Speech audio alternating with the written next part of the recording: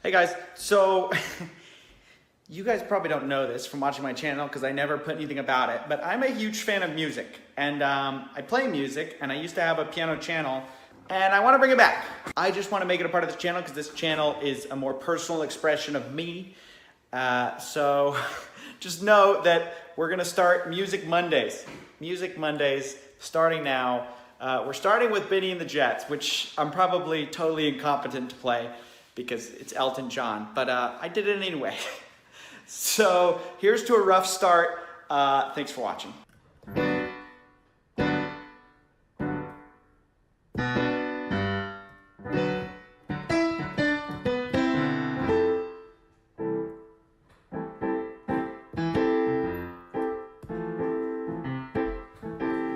Hey kids, shake it loose together. Spotlight's hitting something that's been known to change the weather. We'll kill the fatted calf tonight, so stick around. You're gonna hear electric music, solid walls of sound. Oh, Kenny and Ronnie, have you seen them yet? Oh, but they're so spaced out. Bubba, Benny, and the Jet. Oh, but they're weird and wonderful. Oh, Benny, she's really keen. She's got electric bow. The Moet suit, you know, red and in a magazine. Oh, Bubba, Benny, and the Jets. Yeah.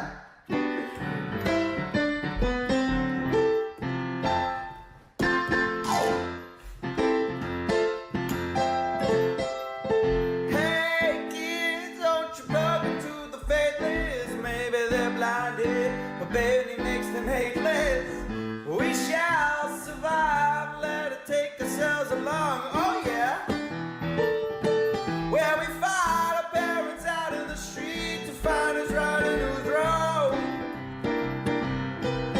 Oh, Kenny and Ronnie, have you seen them? Yeah. Oh, but they're so spaced out.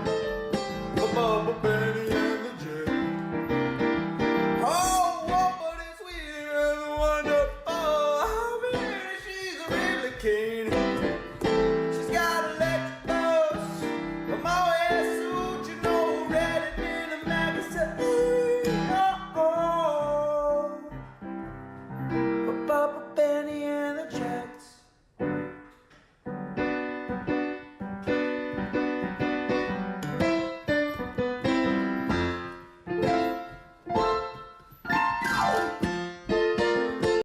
Welcome to Fake Gurus number 5. Today we're talking about the winning stock coach, aka Michael Matthew. And the reason we're talking about Michael Matthew is, look, I want to share with you guys what he's all about. I think he's really an interesting case study that we could learn a lot from. So let's talk about him. This is sort of the outline of what we're talking about today. So the first thing I want to talk to you guys about is he is the owner of Winning Stock Coach. Now, Winning Stock Coach, let's see here. Winning Stock Coach is a website that is unfortunately no longer available, but exists on the internet in the form of a series of webinars by Michael Matthew himself. And we'll get into why he doesn't have a website anymore in a second. But basically, he was teaching how to do charts, like chart analysis, like a lot of stock gurus on the internet do right now. So he would do market overviews. He would teach you like techniques that he had. He would do position recaps, and he would do all these things like try to teach people how to invest, all these kind of things. And you see it break the ascending triangle, and every time it does, you see this big volume spike. And then typically what you do is that next candle, you see it kind of hanging out. Where did you run up to here? So you get the idea. Pretty standard stuff. A lot of people on the internet are doing this kind of like chart analysis. The other thing I wanted to mention is that he has very positive reviews. So I picked a few of my favorites. I've been with Winning Stock Coach for a little over a year, but prior to this service, I never traded or knew anything. I've spent the last year studying and learning blah, blah, blah. He's talking about all his growth, all this stuff. He says it's amazing. He's got a passion to teach, whatever. Great review, right? And then we've got only educational service. This is the service for you. It's for people who want to learn stocks, who want to learn to fish and not just be fed. Okay, so yada, yada, yada, telling you how great he is. Then we've also got this one, incredible. After extremes ups and downs on my own and other things that do the run and shoot method of trading, it's been a breath of fresh air and maybe a complete save to feel like I really can learn how to trade and not just trade what others are picking for me.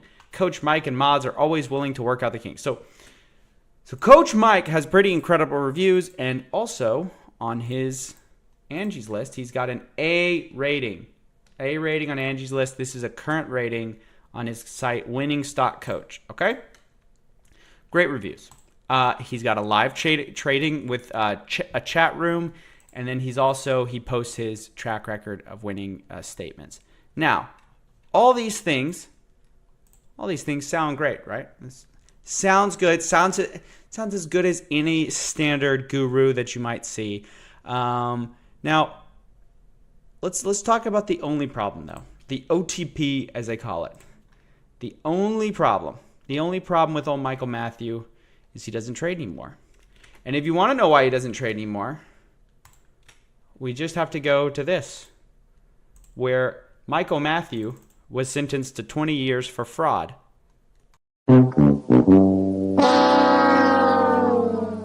Why was he sentenced to 20 years for fraud?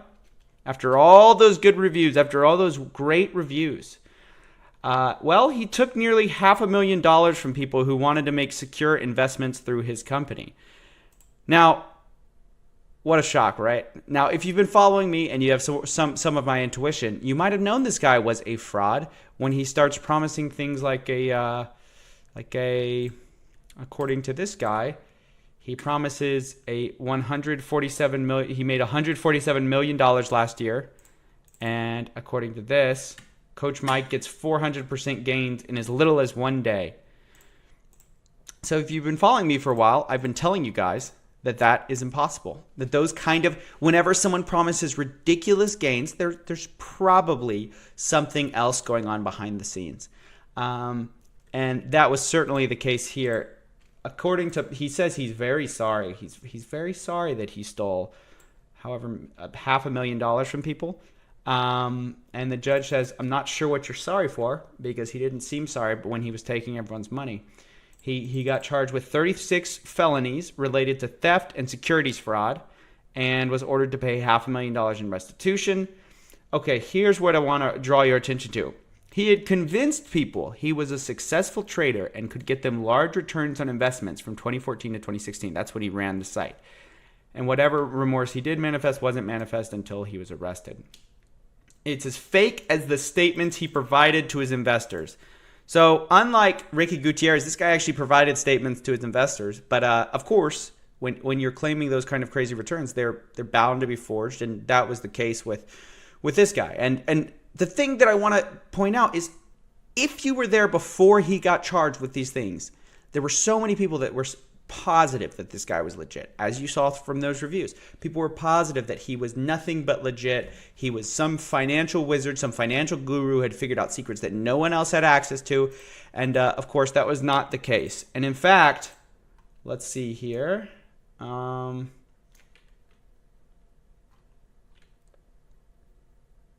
then, in fact, how he got the returns he did was he took their money, the people's money who put it in his investment group, and spent it on himself and covered thousands of dollars in losses on his E-Trade account. So he was actually a bad trader. When he was trading on E-Trade, he was losing money, and he kept covering it with the losses of people who thought he was a guru and saw his account balance just keep going up. Little do they know, when they put money with him, it was just dumping into his trading account.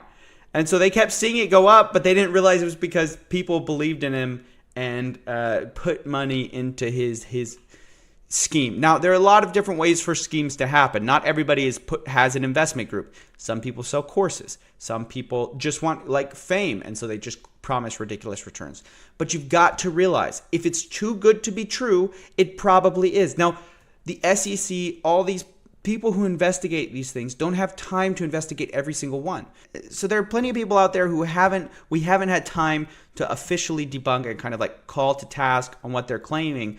And these guys have also gotten more sophisticated with the lies. But you've got to realize that when these people come out with these crazy claims, you've got to be skeptical.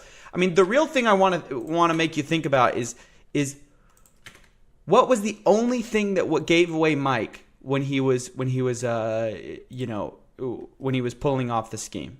The only thing that gave away Mike that you could have figured out for sure that he was cheating people at the time was his insane returns, because he apparently had put in given investor reports to people to prove what he was making, but those turned out to be lies. But you didn't know at the time. He also had a live trading platform with his chat room that people swore up and down, where he posted his wins and losses. So you couldn't have figured out that way. You couldn't have figured out with his reviews, because everyone's saying he's great.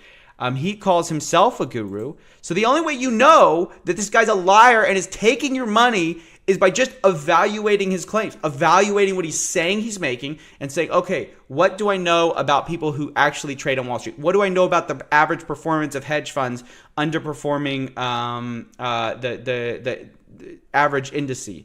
What do I know about Warren Buffett winning the 10-year bet against hedge funds, where hedge funds couldn't outperform stock market indexes? When you see somebody who claims consistent returns, who claims to be making insane returns, you should naturally wonder what's going on here. Don't just accept their claims at face value. Don't wait till the person has to go to jail for you to realize what's going on.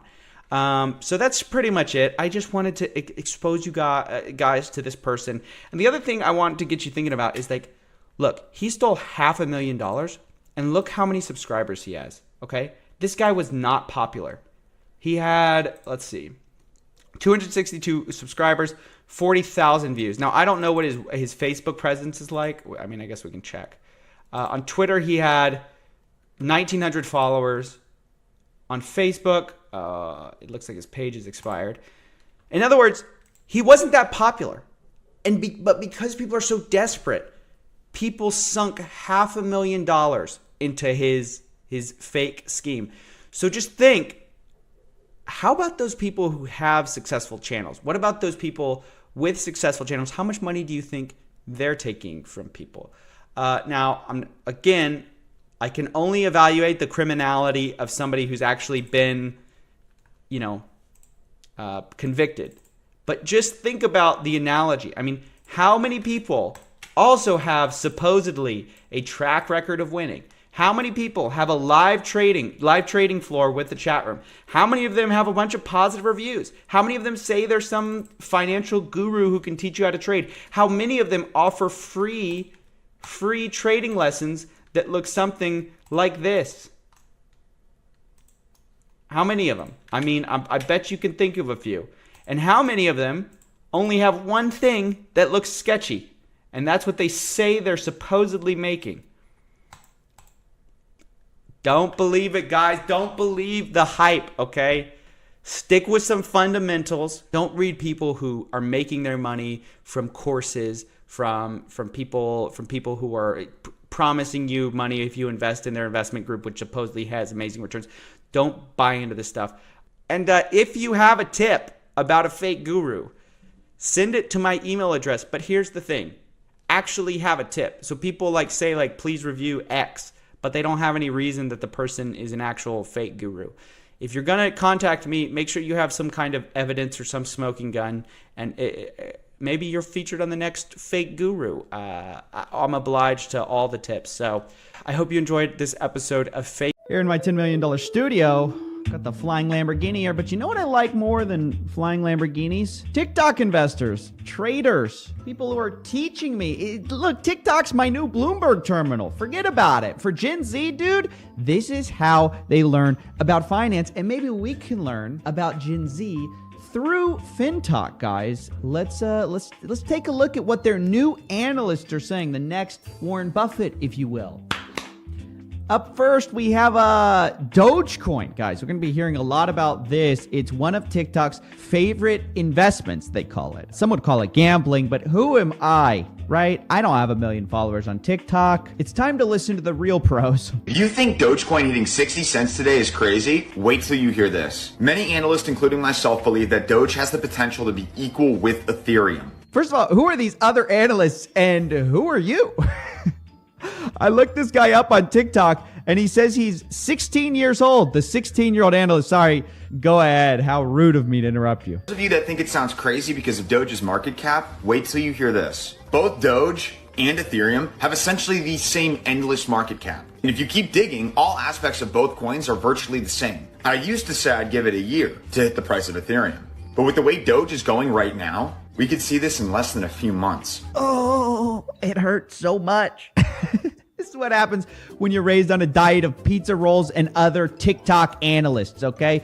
The first rule of crypto, by the way, I've learned it just now. You have to be an absolute idiot and project stupid, impossible numbers. Just for the record, guys, if Dogecoin goes up to $3,000, first of all, it's going to be worth several times Ethereum because Dogecoin just has more coins than Ethereum does. So if it matches the price, it's going to be worth way more. But also, it's going to be worth more than Apple, Netflix, Microsoft, all combined, guys. Just a $300 trillion market cap. No big deal.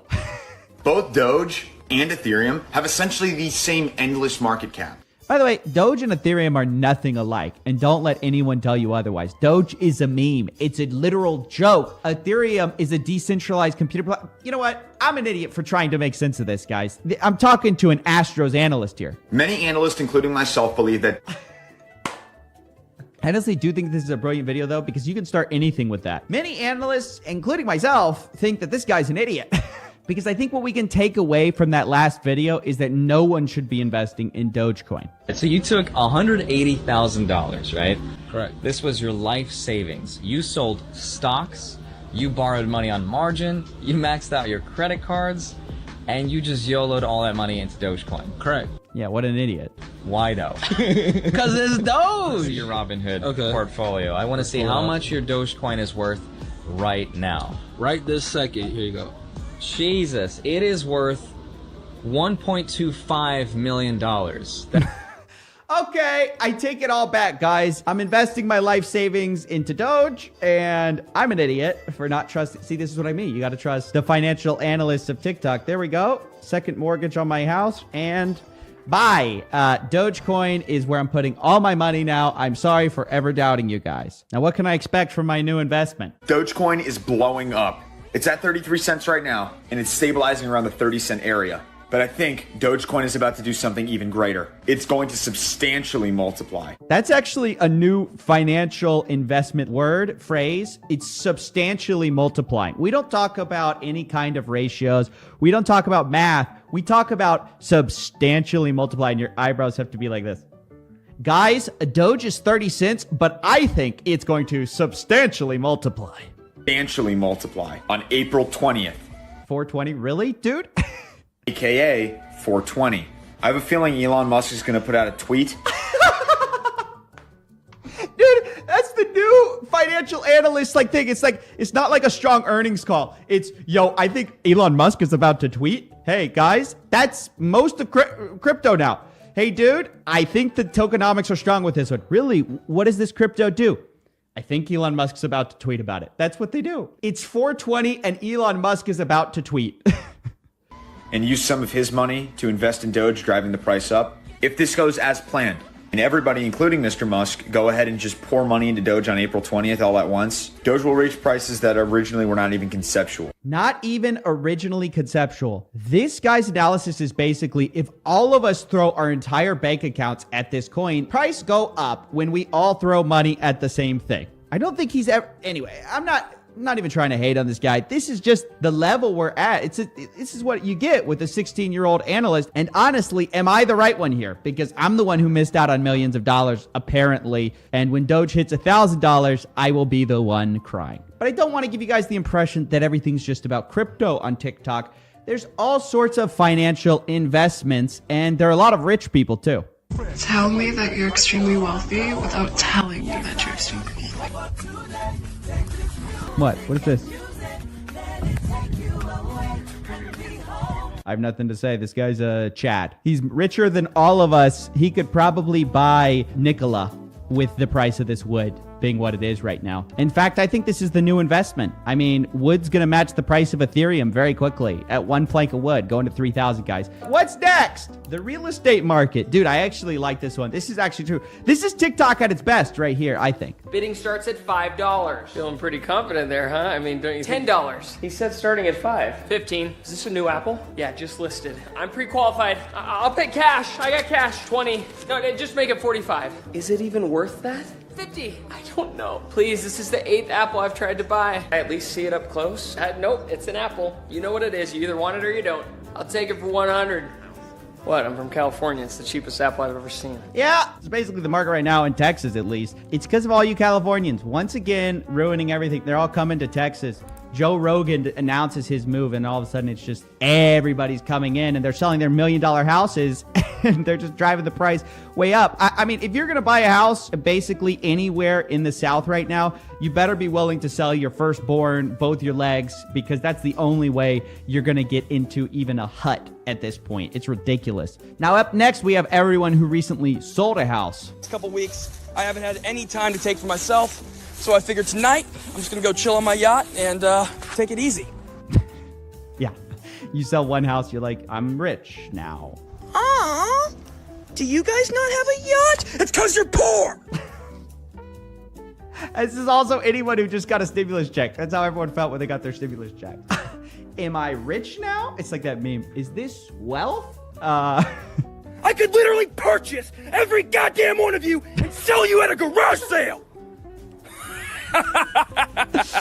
Oh, dude, this is some weird mix of a frat guy with cocaine with, stimulus checks. I think what I admire most about TikTok is just the raw level of energy. It's completely unmatched. And what they lack in expertise, they make up for in screaming. Do you know how I got this boat? I sold stocks and I made money! You guys are probably like, wait, where's the catch? Is he trying to sell us a course or something? No! I'm here to call you poor and me rich! Money, money, money! Yeah, well, you fit in well, my friend. You fit in very well. I'm pretty sure he did try to sell us a course with the Forex thing, but we'll let that pass. Let's go to the next one. Oh, man, I remember this guy. Speaking of cocaine. Let's start getting weak. We got a nice little double top going across the board right here. Oh. Nice little double top looking for a crack, and let's see 161s right now. Now again, we're getting there. Let's get that 161 crack. Let's go. Let's go. Let's see the 160 crack. Let's see it start going on down, baby. See 160 go. We got last trade right here, 160. Let's go. Let's crack. Let's dump. Let's see this one fall. Currently up 8,000. Is this that guy just screaming random words in the dictionary? Let's crack. Let's go. Come on, baby. Let's go on down. We know again you're cracking the trend line. Let's go. Let's go on down. Let's lock out a little bit right here. Let's see this one keep on falling. 157. Let's keep it going on down, baby. We're cracking trend lines, and let's just lock it on up, baby. Let's just lock it on up and take $15,000 in a day. Oh my God. You guys actually can't see it because he cut off the video early. 3 seconds later, he had a stroke.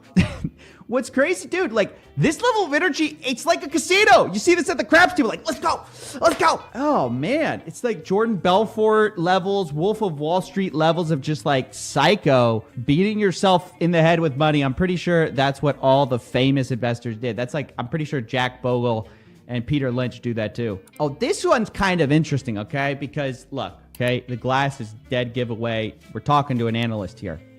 Good morning, everybody. I took up a little bit of a new hobby, and I'm kind of interested in day trading. So last week, It's like saying, hey guys, took up a new hobby. I'm kind of interested in particle physics on the side, guys. Think that's going to be my new, like, side hustle. I bought some stock in AMC. I bought it at about $15 a share. I've been waiting for the dip, and this morning we're down to $11.51, so I snatched up some more. Over the weekend, theaters opened in California, and they have been selling out all show times. People on YouTube are saying that this could be the next GameStop, and they're predicting that shares could go for $2,000. Oh, the only thing worse than TikTok advice is probably YouTube advice. This is the next GameStop, guys. This is the next big bull run, guys. Let's all YOLO into AMC. Look, Let me just tell you guys this right now. There's an old saying that if your cabbie is telling you about, stocks you need to sell, we need a new saying. If a brand new trader is telling you about things like to the moon, what I heard from, YouTubers, stuff like this, it's time to sell, baby. The hype is over. But what do I know, guys? I'm not a TikTok investor here. And besides, the market doesn't make any sense anyway. So I did something. I started a crypto token called Dude, I guarantee this is worth $1 million. Oh, I'm dumb. It says right there. Okay, well, see, I lowballed it. With it. But it's been maybe like 10 hours. And almost 3,000 people hold this coin now? It's worth... We're not in a bubble, guys. Get this. Not in a bubble. A 5.48 million market cap, dude. I mean, like, honestly, this is amateur numbers. These are rookie numbers. We talked to somebody $1 billion market cap in like 30 minutes. So I don't know what you're doing. I love our like $5 million. Not impressive. Honestly, weak. Sheesh doesn't have those tokenomics, baby. Doesn't have the pumpamentals. Let's get out of here. This guy's broke. I don't have time for millionaires, okay? I need billionaires. Who's this guy? I know this guy, Matt Lauren. We've seen him in other videos. Here we go. Elon Musk tweeted, "If there's ever a scandal about me, please call it Elon." Hold on, guys. Elon Musk tweeted, "Stop the presses. Financial markets are moving." Literally right after that tweet was made, there was a new cryptocurrency release that's about to skyrocket. Immediately, I went and bought 7 trillion Elon Gate. Why? They just invented it because of an Elon Musk tweet and you bought 7 trillion coins? What did that cost? $5? Dude, these coins are so stupid. I say this was just released. I'm talking about literally today. Here's the best part. Whenever Elon Musk tweets about Dogecoin, it goes absolutely crazy. Just to give you some perspective, this is Elon Gate right now. Hey guys, we're all waiting for Elon Musk to tweet about it, guys. It's going to be huge. Is that what he's going to say? Safe Moon about a month after its release. Now imagine Elon Musk, he tweets about... Oh my gosh, dude. You have to laugh or you're going to cry that this is the state of financial analysis on TikTok, on all of these platforms. We've truly left all sense behind, and I, for one, am looking forward to the crash and burn. No, honestly, it's a big question. Like, what do you do in these crazy markets? Do you just give in to the insanity? Or do you, like, kind of wait and be like, you're gonna get it eventually, you kids? And then they're like, hey, I made 3,000% yesterday. And you're like, like that guy with Doge. It's like, Doge is a joke. Guy makes $1 million with it.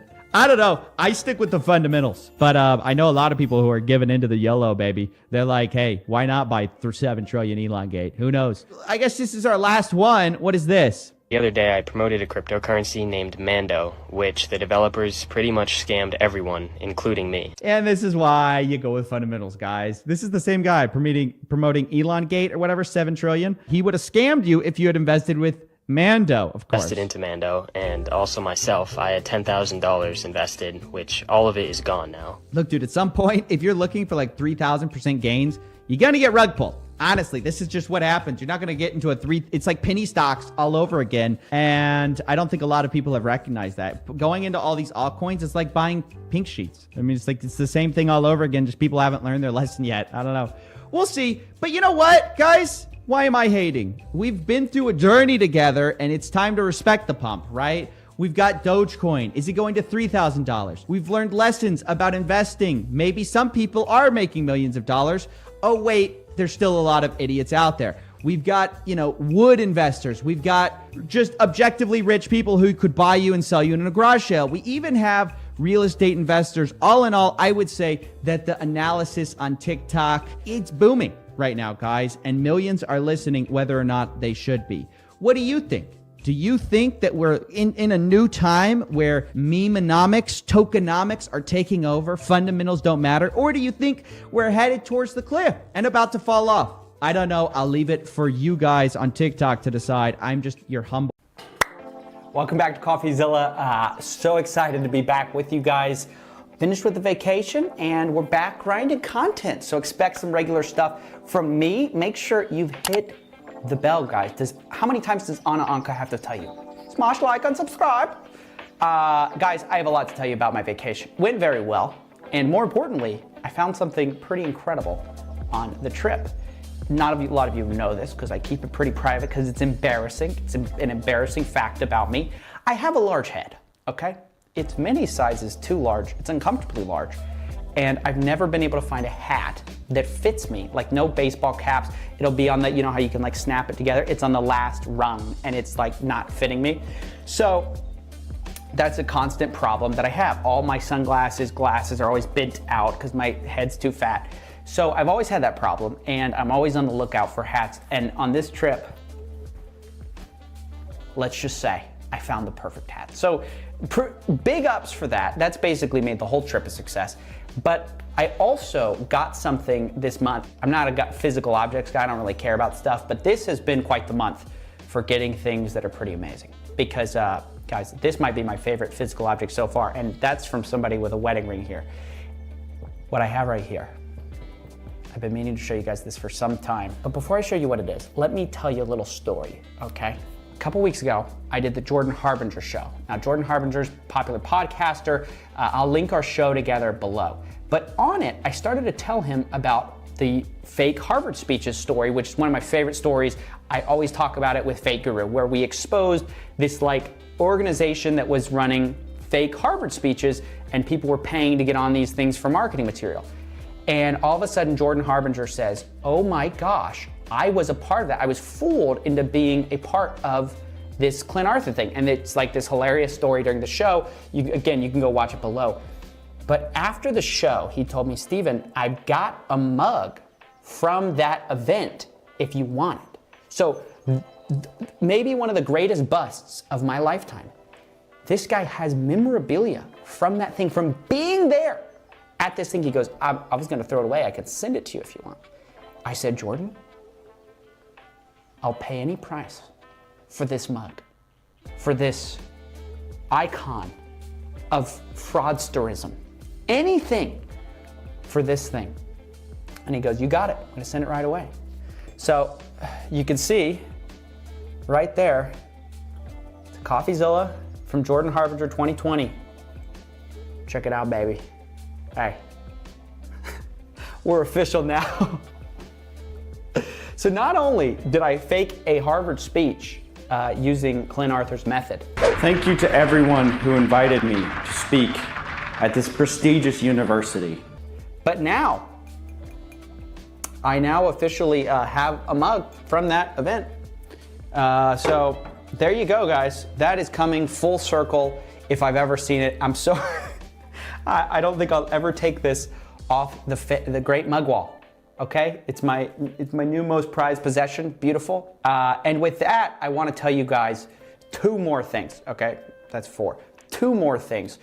One of which is I'm investigating Clint Arthur again. Again, that's the guy who did the fake Harvard speeches. We'll get into that in a second. But let me also say real quick, as an aside, I need your help with some trending tab crowdsourced data. We did this a year ago, 2 years ago.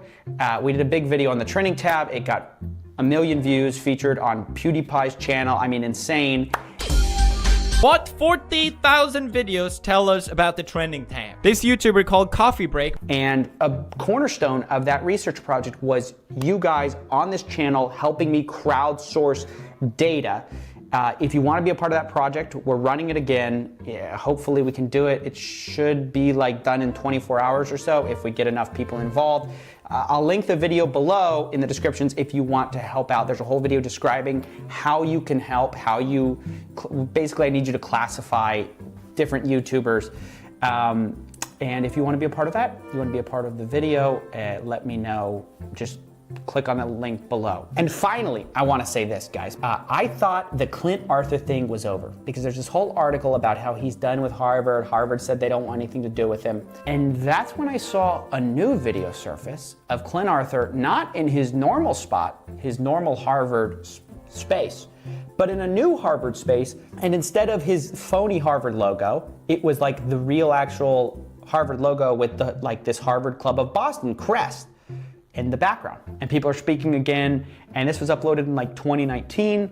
And I was like, oh my gosh, is Clint Arthur back in business? This would be the greatest thing ever. And so I thought to myself, if there's another Harvard event going on, I want to be a part of it.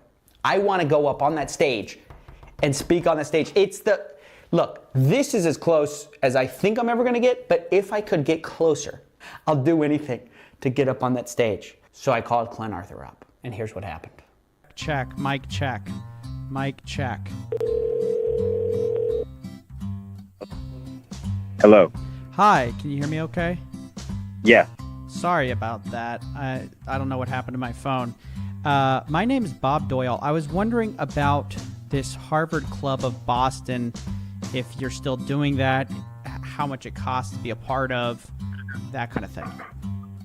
Some of these offers I wrote or the email things that I wrote, it's just like, this is complete bullshit. They test which story works best. You know, the researcher from Arizona didn't work. Let's try the crazy doctor from from Texas.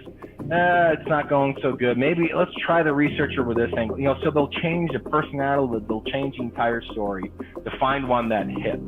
You know, my father-in-law was on the plane and, you know, he had a massive heart attack and at 784 pounds. And none of this is true. This is not true. Yeah, and a binder hit me on the head and I put a rare herb inside of his mouth. You know, and wouldn't you know it, 10 days later, he lost the weight. We don't talk about copywriters very much, but we should because they're an important part of scams. There's ethical copywriting, obviously, but increasingly I've noticed a trend, especially in direct response copywriting, which is a lot of what you see today on ClickBank and in ClickFunnels. There's a more unethical kind going on, which is focused on conversions at any cost. Make up any story you want, do anything you need to do to get the sale. And so to understand how the psychology of this works, how people can get trapped in this lifestyle, we're going to talk to somebody who was. This is Jim Clare. He's been in the industry for over 10 years, and he's about to explain how he was seduced by the money and the lifestyle of this industry, how he eventually got out of it, and he's going to share some funny stories about this insane world as we go along. I hope you enjoy. So I got into it with a company called the Tao of Badass. So I got into it on the dating side, and then I worked with primarily my offers and where I worked were the ClickBank people. Those people are lovely people. Lovely people, ethical people, very ethical. Yeah, ClickBank is a unique echo chamber for sure. Can you tell people what ClickBank is for those who don't know? Like, what do they sell? Right. So ClickBank, they call themselves a digital retailer, and it's primarily direct marketing offers. And they sell, right now, I think, as of the other day, there's about 3,578 products sold on ClickBank. So someone can sell a health product, someone can sell a make money online product. There's not a ton of them on there anymore, but like health, how to meet women, hypnosis, manifest money, that's really big on there. So, and there's a ton of different offers. And the big part of ClickBank, or I'd say probably 99% of it, is affiliate marketing. So a lot of these guys will send emails to, the top performing offer and make their, there's an email swipe, which means that the email is pre-written. So, someone can get this preloaded email, send it to their list. Not everyone uses a preloaded email, but most do. And then you get the clicks and you make money. So when I see Brian Rose sending me some kind of a Tikatwari stock picking deal, that's what's going on. He's got an affiliate deal. Yeah. Right. So they might have a variety of products. Clearly you know this industry really well. So why'd you turn your back on it? So, kind of what I just explained is sort of one reason why I did it. So I kind of, about 6 years into it, at first, it gets incredibly seductive at first. Talk about that. Why? The money? The money and how fast it is. And the world kind of seems like, I'm originally from the car business, so I kind of had a more like traditional background to these guys. Sales? Sales side. Okay. And I was also worked on the management side of, the car business. So, when you get into, when I first walked into Tao of Badass, I walked into like a basement. It's like these weird people walking around, and I'm like, what are they doing? Like, they can't be making any money or anything. And all of a sudden you see that they're making a ton of money. And you're like, how is this even possible? Like, how can they do this? It's like this ragtag bunch of weirdos. And fundamentally what a lot of them are doing are just writing. They're just writing like sales letters, right? In some sense, yes. In some sense, no. So it's right now, it's more or less sales letters. Like 10-ish years ago, they were trying to create products, but then it was kind of morphing into sales letters that were starting to win out. Because the thing is, you can just write technically sales letters. So a lot like back up to ClickBank, they're really working on their email marketing. Their affiliate email marketing, and way more so now, because I think the average customer lasts on a list for them for about 4 to 7 days. So like they get a new customer, then after 7 days they're burned. Burned, meaning they're no longer buying products. Right. They think it's because they're using the product. So like, no, you fucking idiot. I don't know if I can swear in here, but it's go ahead. Because you sent them 30 offers in 4 days. Like, what do you think is going to happen? Yeah, you unsubscribe from it, and all the filters now are programmed to get rid of those. They just kick them to the spam folder, anyways. So when I got into it, it gets very seductive because it's the money. Like for me, I was a copywriter. It's cool seeing something like I wrote something, and all of a sudden, I stunk at it for a bit, or I did okay for a bit. Then all of a sudden one thing hits, and it's just like you're playing golf and you hit that one huge monster drive out of the blue and you're like, oh my God. And then you kind of get seductive. You're doing it again and again.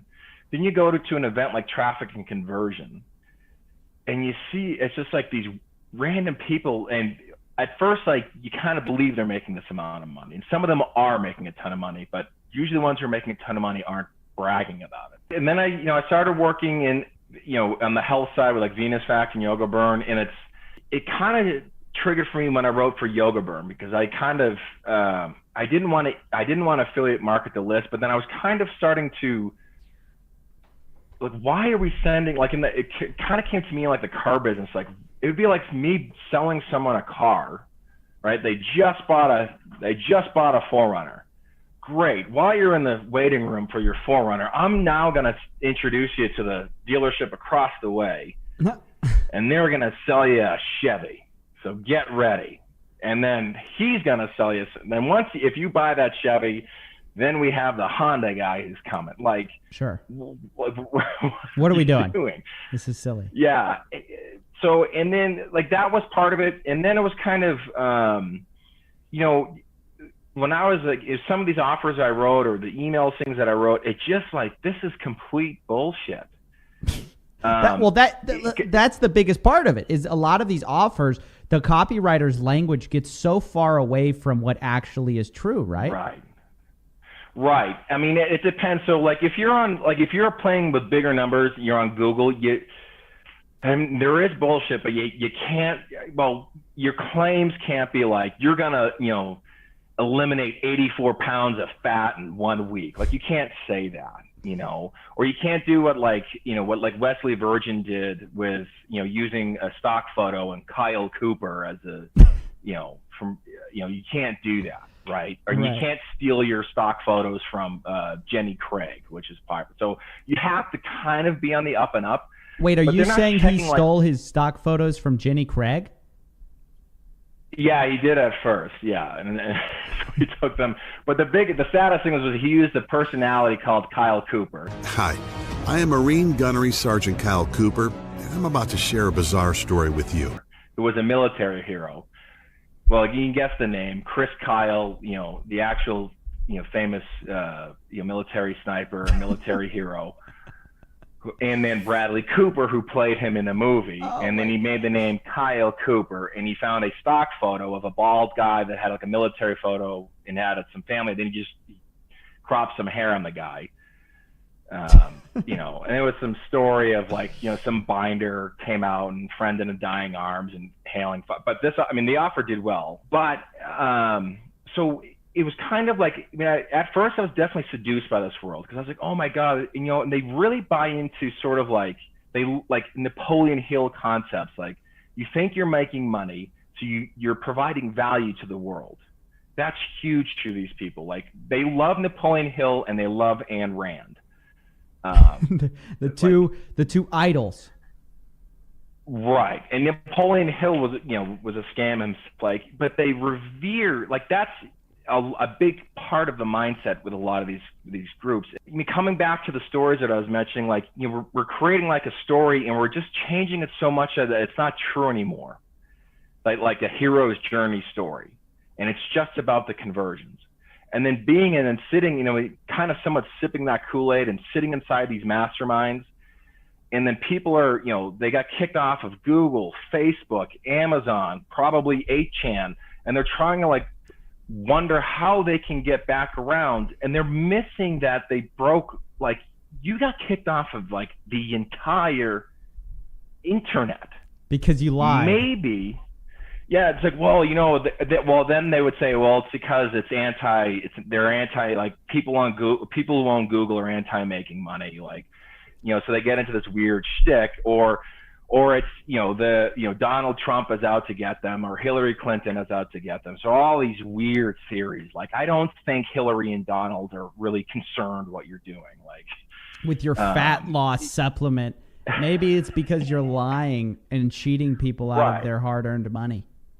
Then they backpedal more into like it's helping people, So these people really kind of buy into their own bullshit. A lot of them do, yeah. Not the big, huge players, but a lot of them do. Really? So that's shocking to me. Yeah. Well, it's a little bit twofold. I'll be, I'll sound like a snob, but they're just really dumb, like dumb, and they found a formula to make money, and you can make money with it. They miss how short-term it is and how much they're scrambling in their life to do it. The other thing is they're so bought into like the positive thinking mindset element, where any critical thinking or any questioning of it is considered toxic thinking.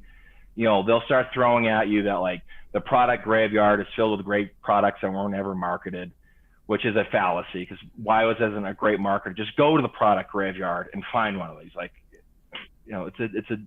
they swallow these pills of, oh, you're making money, it provides value, or it's just a hustle. You don't need to think about it. You just got to hustle. And, so they really buy into the positive mindset kind of thing, like to the extreme. I mean, nothing wrong with a positive mindset, but they're kind of the people who would focus on like LeBron James's shoe tying routine as his reason for success.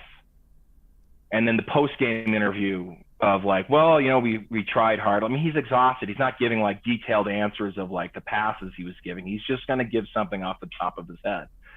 So they really buy into like growth themed advice, and anything questioning that they view as like toxic thinking or a victim mindset, or you're slowing down the process. I don't watch TV because I'm consuming content. Like they don't. Yeah, so I don't know if that explains it, but that. So basically, they buy into all these platitudes so much that they never stop and think that maybe what the whole idea of The Secret, the law of attraction, isn't as true as they bought into. Maybe there's more technical reasons for this, and because of that, you're saying they never question what they're doing from an ethical place, because that's what I ask all these people, and they look at me like it's the first time they've ever thought about it or been asked the question. I go, how can you do this to people? And it's like they're like deer in the headlights. And they're going to backpedal on to, well, I'm making money, so I'm providing value. Or they may not say I'm making money and providing value, but they think because they miss it, they're extracting money. It's basically like rent seeking. Like they're just extracting money one way. They don't and they think because they're making, they're living their Ayn Randian dream, like that makes them somehow like they're superior. Like I'm hustling, I'm just going to dig into my Ogmandino book and I'm going to hustle some more. So getting back, like when I left, one, it was kind of the unethical aspect of it. And I think like, seeing certain like women in the Midwest who they're not dumb. They're just so desperate to lose weight or genuinely want to lose weight.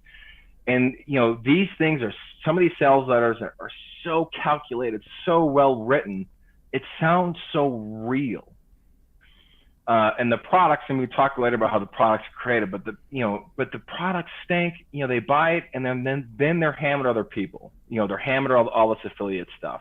And then the other element was, I saw people with like the best of intentions with good products, although it's really rare on ClickBank to find a good product, but like a good product, and they just either, they get seduced by the marketing world, by like the traffic and conversion, and they see someone like Venus Factor, I'm just an offer away from these guys. I can, like them, they're going to Vegas and they got, a penthouse. I'm just an offer away. Or the other ones is they get sadly leashed to it and they can't go outside of it. Like there's probably people who could probably get off this, this merry-go-round and like start a blog or a vlog or something and do it much more organically. But then they, like, oh, it's too slow, I'm not going to make any money. So they're just like miserably like, I'm just going to hang on and do this for as long as I can and milk this for as long as I can. You know what's funny about what the picture that you're painting is that there's a lot of these guru types, copywriter types, these really people who are sort of scamming other people who are themselves sort of getting scammed by the people who are, it's like they're selling shovels, right? They're selling get rich to people who are not rich, but they themselves are getting sold other types of shovels with like Russell Brunson selling ClickFunnels all the time, saying that's going to change your life. You've got people like, who'd you say? Ryan Dice. Yeah. This whole group of like they're also getting sold to, and they're being told, well, you're only one offer away. And those people are telling their customers that you're only one purchase away. Like it's like a pyramid scheme almost. Right. Of success. Everyone's selling each other's success. It's insane. Right. This is insane. And they don't understand, like, and that's kind of like with Ryan Dice, like, he's really paid to polish his image. Now me saying that, he's probably going to get after me, like Frank Kern and him are like, if you say, hey, Ryan, your hair is out of place, he's like, defamation. Okay. So they understand that, the people who are not, who are low on software projects or on page 30 of ClickBank are going to be their audience. So they're going to sell them the tactics. And Russell, I think, does a little bit better job because Russell can sell, like, there's always going to be those get rich quick gurus.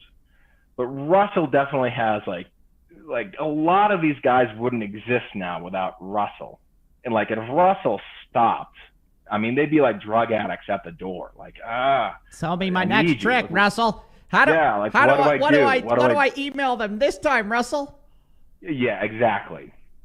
So, they kind of just sell these guys and they just believe I'm just one thing away. And then some of them obviously do find a bit more success. Like, so they then they get into the masterminds. And then the mastermind basically is like, buying what kind of Rolex can I buy? Because that's really, it becomes about, I belong to like 3 or 4 masterminds. Like, I'm living my best life. Cool. But they think like, I'm in this mastermind, it's going to generate my success. So they kind of remove all sense of agency. They hand it over, and Ryan and Russell know these people are going to come to them, and they're going to sell them the whole thing. Like Russell's mastermind and how to start a mastermind or something. And Which of course, is Russell's the funniest thing ever. A mastermind on how to start a mastermind. Right. Now, and when Russell are they is going to make showing the like mastermind for people who want to make a mastermind for how to sell a mastermind? That's what I'm interested in. Oh, it's out there. I'm sure it's got to be out there in, in some inner circle club or something. But like Russell's a showman. He's really good at what he does. Like he knows his crowd when he walks Caleb Maddox out on stage. And Russell understands marketing. Like I don't think he's super malicious, but he knows when Caleb Maddox comes out on stage, these people are going to be like, some guy who like Craig Ballantyne's going to sit there and be like, oh man, he's 18. He's he's not going to check the claims. Like he's a multi-mega millionaire. Like, it might be his dad's thing and other things. So he's making money. He's like, oh, that means I can be a billionaire if I just try harder. Russell knows that Craig Ballantyne is going to sit there and think that. So it's kind of like this guilt sales thing. Like Russell's just like, oh yeah, Caleb's going to get me some big sales because he's 18, and they're going to look at this like, and it's wow. like a jealousy thing, like almost like, and also the positive thinking. Oh, if Caleb Maddox can do it, I can do it. And so all these gurus are buying into that whole world. You saw that. And that also made you kind of get disillusioned with it. You saw all these people on a treadmill of like hunting for success and a lot of them not exactly finding it. Right. So I kind of saw that, and then I saw people like, you know, who were kind of like we mentioned with Jason, kind of struggled with their other offers. They weren't struggling. They were making a living, but then they suddenly move into selling success. And it's like, what do you know, and they're just, you know, they're picking up the hottest buzzword, like start with Y and just repeating it. You know, and then they get into like these entire like circle jerk things, like the next up is Dan Locke, the next up is Bedros Keuilian, the next up is this guy, and they're all just sharing the profits, like, and all they do is just mention each other. So I kind of wait, you're telling me they're not all great friends who love each other? You're kidding. They probably do. I thought these guys were really tight, dude. Yeah, but you know, you got to pay the stage fee to get up there and share the thing. So, I mean, you know what's funny to me is you say a lot of these guys are really stupid. Who would you say is the dumbest of all the gurus if you had to put your thumb on somebody? Oh man, Clint Arthur's got to take the cake. Guys, if you don't know, I'll put some links in the description for who this guy is. He sold Harvard offers, like speak at Harvard and speak at CNN. Now, I understand you had a bit of a run-in with Clint. Yeah, I did have a run-in with Clint, and so I went to a Dan Kennedy event, a Dan only event, which actually is not a bad event. So Clint, I had never met Clint before, but I sat next to him for a couple of days. And he's always pitching, you know, his be famous thing. You get to be famous. The whole purpose is being famous. So I'm flying back. It's in the Cleveland airport, and I see him, and I'm just being friendly. I say, oh, hey, I saw you at the event. What'd you think of the event? And then he starts going into the shtick. He's like, you could be famous. I was like, cool. He's like, why don't you speak at Harvard? You could speak at Harvard. I'm like, I don't speak at Harvard. Like, what are you talking about, speak at Harvard? Like, he's like, no, man, don't you want to be famous? Don't you want to be known? I'm like, no, is not he really like, saying this? Don't you want to be famous? He's saying that I could make you famous. I could make you famous. Yeah, he's like, you think of it. Think of all the attention you could get, and you could sell your product. So, are you a good copywriter? I can make you more famous. This is a better copywriter. I'm like, no, I'm happy where I'm at. Like, we're doing good. You know, like. He's like, oh, man, that's not the attitude to have. So then I'm like, politely, I'm like, look, just give me your email. You know, maybe we'll talk later. So that was a mistake. So I give him my email. Then he emails me. You know, I'm kind of checking on the phone like, yeah, hey, I got it. Thanks. Oh, he emails you right there. He's like sitting there emailing you right there. But he emailed me. He put me on his list. So I got his welcome email. Not like him being a normal person, be like, hey, man, here's my email. It puts me on a list like right away, and I'm like, dude. And so I'm trying to get away from him. He's like, yeah, you could really be famous. So I'm going to the bathroom, and I walk in the bathroom, and all set up the urinal next to me. Like, he comes up and he leans in. He's like, you could be famous. And I'm like, then I just told him to fuck off. I'm like, there's gonna be a whole different problem if he keeps up, you know, accosting me in the bathroom. I said, look, there's gonna be a huge fucking problem. It takes me a lot to get mad, but I was like getting ready to sock him. I'm like, there's gonna be a big problem if you don't back the fuck off. And I was yelling kind of loud. Then eventually he kind of got it. Yeah. So that was my. He's like, no problem. But you know, Harvard would love to see this. Yeah. So he's dumb. I mean, I think like, I know I pick on him a lot. Like Craig Ballantyne. I don't know if I don't even know who Craig Ballantyne is. I don't know who that is.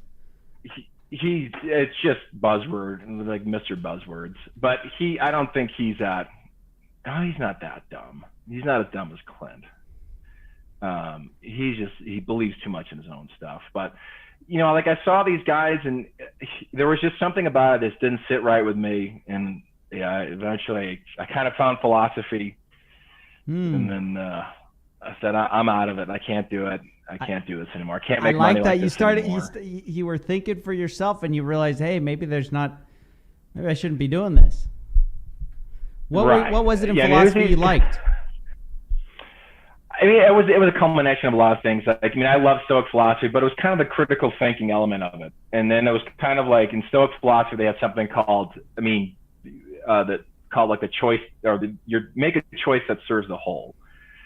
So basically, when it comes down to it, try to make a choice that honestly serves the whole. So you're being transparent. And I was like, there's something off here that, me creating or consulting on some story about some secret, ancient rare herb for a 5-hour boner, like this isn't real. And then, and then seeing some of these, make money online gurus. And I think I kind of saw that before, just the nature of the car business. I was like, well, I'm a pretty curious person. So seeing how they're making the money at these events like that, I was lucky to kind of be looking at that right away. To be like, this is kind of a sucker's game here to be sitting here. So how are they making the money? Versus the guy like shushing me. He can't wait to hear this NLP secret. He's like got his notebook out, writing it all down. Yeah. Right, which is more signaling because they're hustling. They got to take as many notes as they can because they're hustling. Yeah, and and plus the other end that I saw was being in it for so long. Like Venus Factor was successful for a number of reasons, and also one of the owners of Venus Factor, he comes from one of the wealthiest families in Canada. Oh. So he has money to fall back on for this ad spend, and that's not a bad thing. Like he's very smart at what he does, but he can fall back on things. So he has kind of a safety net. And I was kind of seeing like these people will get, like Dow of Badass. Most of the people that work at Dow of Badass are broke, living in their sister's basement. So I was seeing a lot of these guys who make a ton of money, like get to the top of ClickBank or get to the page or somewhere else. Not always ClickBank, but do really, really well for about 3-ish years, and then boom, broke, gone, vanished, company out of business. And they're like, they're revered as doing everything right. I'm like, there's something off here. And then me knowing like, the copywriting with all the hooks and seeing all like the bad copy and stuff, I'm like, this is just like the copywriters aren't understanding what they're doing. Is like they're just trying to come up with a crazy story, but it converts. Yeah, but it's not true. Right. Maybe we should be a little more specific with the audience of like what kind of stories we're talking about here. They're pretty formulaic. Walk us through. You mentioned the 5-hour boner. Let's hear more about that, because that's like a real story they would try to sell. Is like, and this is not a lie. You'd click on one of these scam links of like, oh, doctor finds mysterious thing, and then you'd read like a headline. Now, how does this arc usually go?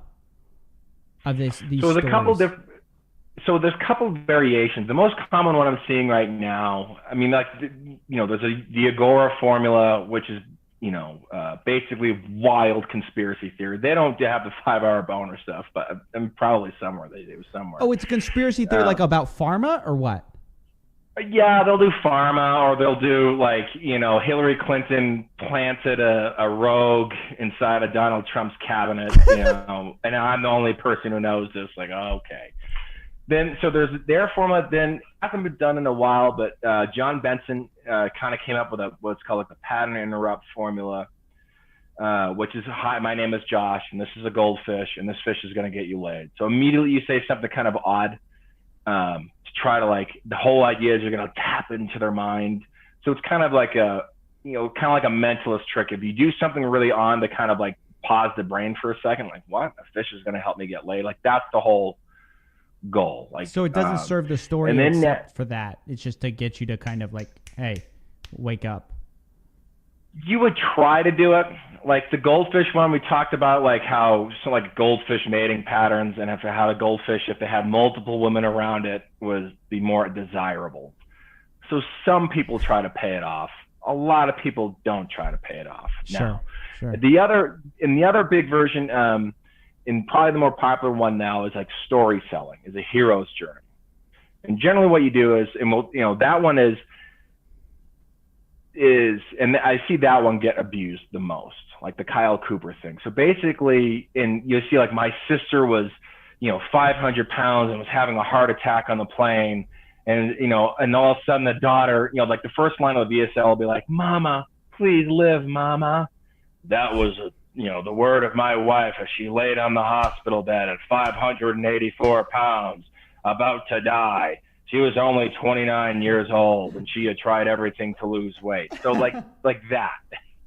Like that's kind of a popular one. And I even see Agora kind of using that message now. Like, my father-in-law was on the plane, and he had a massive heart attack and at 784 pounds. And none of this is true. This is not true. Yeah, and a binder hit me on the head, and I put a rare herb inside of his mouth. And wouldn't you know it, 10 days later, he lost the weight.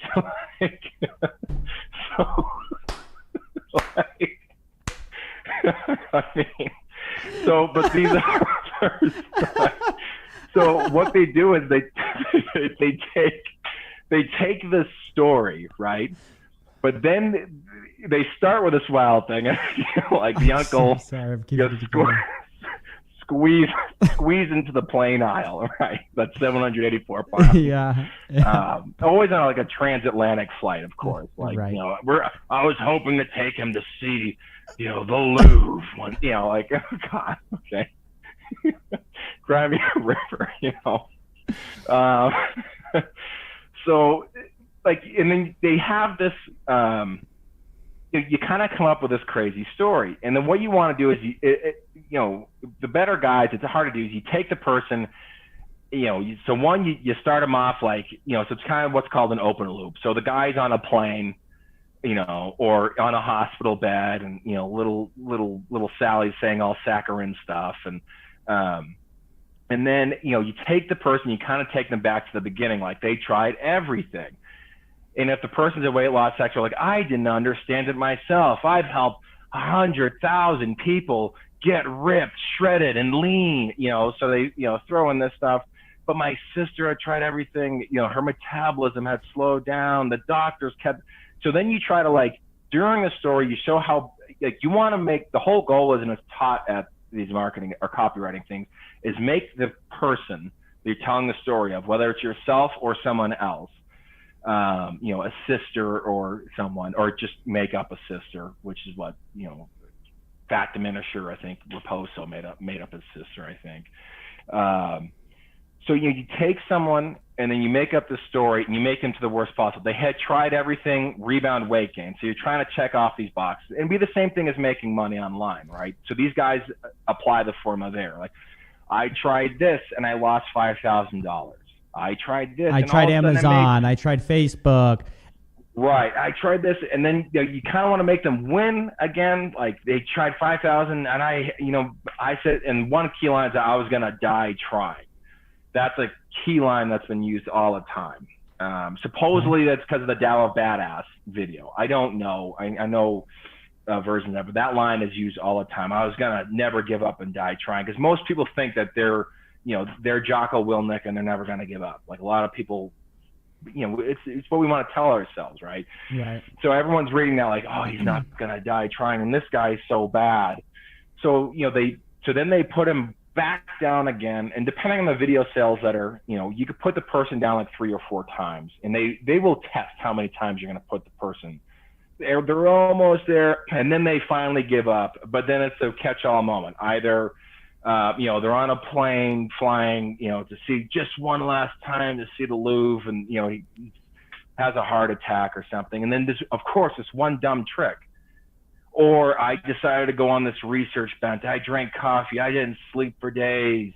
And I found this mysterious researcher who decided to give me the secret. I went to the library,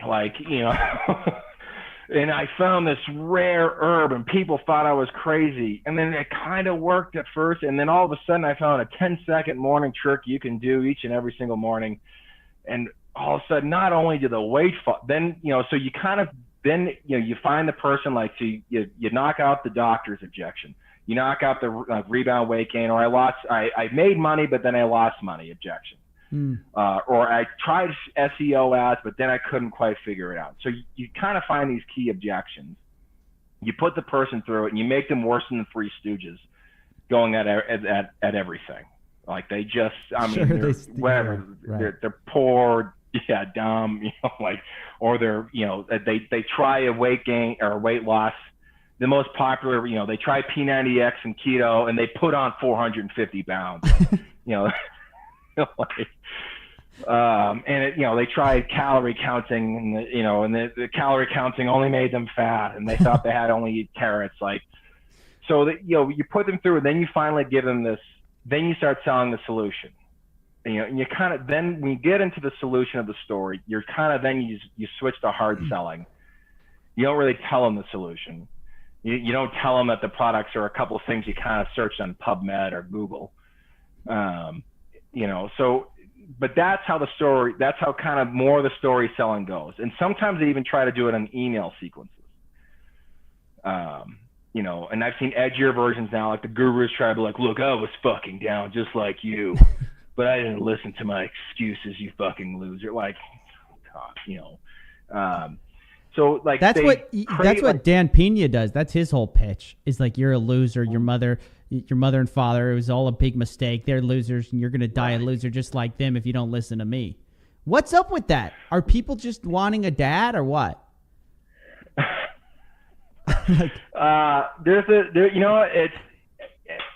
It's an article I'm currently editing. I kind of trying to cover because it is interesting, right? Like you pay $5,000 to go listen to some creepy old man call you a fucking loser. Or I love or Garrett White has it's weird. Or Garrett White has this hefty dude call you, you can't lose weight because you're fucking driven by your excuses, you loser. Like, look who's talking there, boss. Like, like I don't see you powerlifting or anything, so what's your deal? But I think the thing is, there's definitely a kind of a common edge now, or it's sold to them to be a little bit edgy.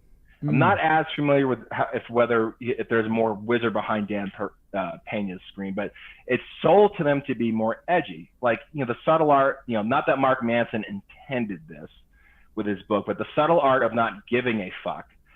Suddenly, and other books came out with swear words. Suddenly, inside the guru world, we can now swear. And some people really took on an edgy persona. Like every once in a while, like Tony Robbins drops an F-bomb, but I mean, him dropping an F-bomb, it's not as noticeable. But Dan Pena is screaming at you like, an old man, or Garrett White comes up with his tattoos and says, fuck 458 Yeah, times. Gary Vee does this too. He's like, it's because I'm real. I'm real. I swear because I'm real.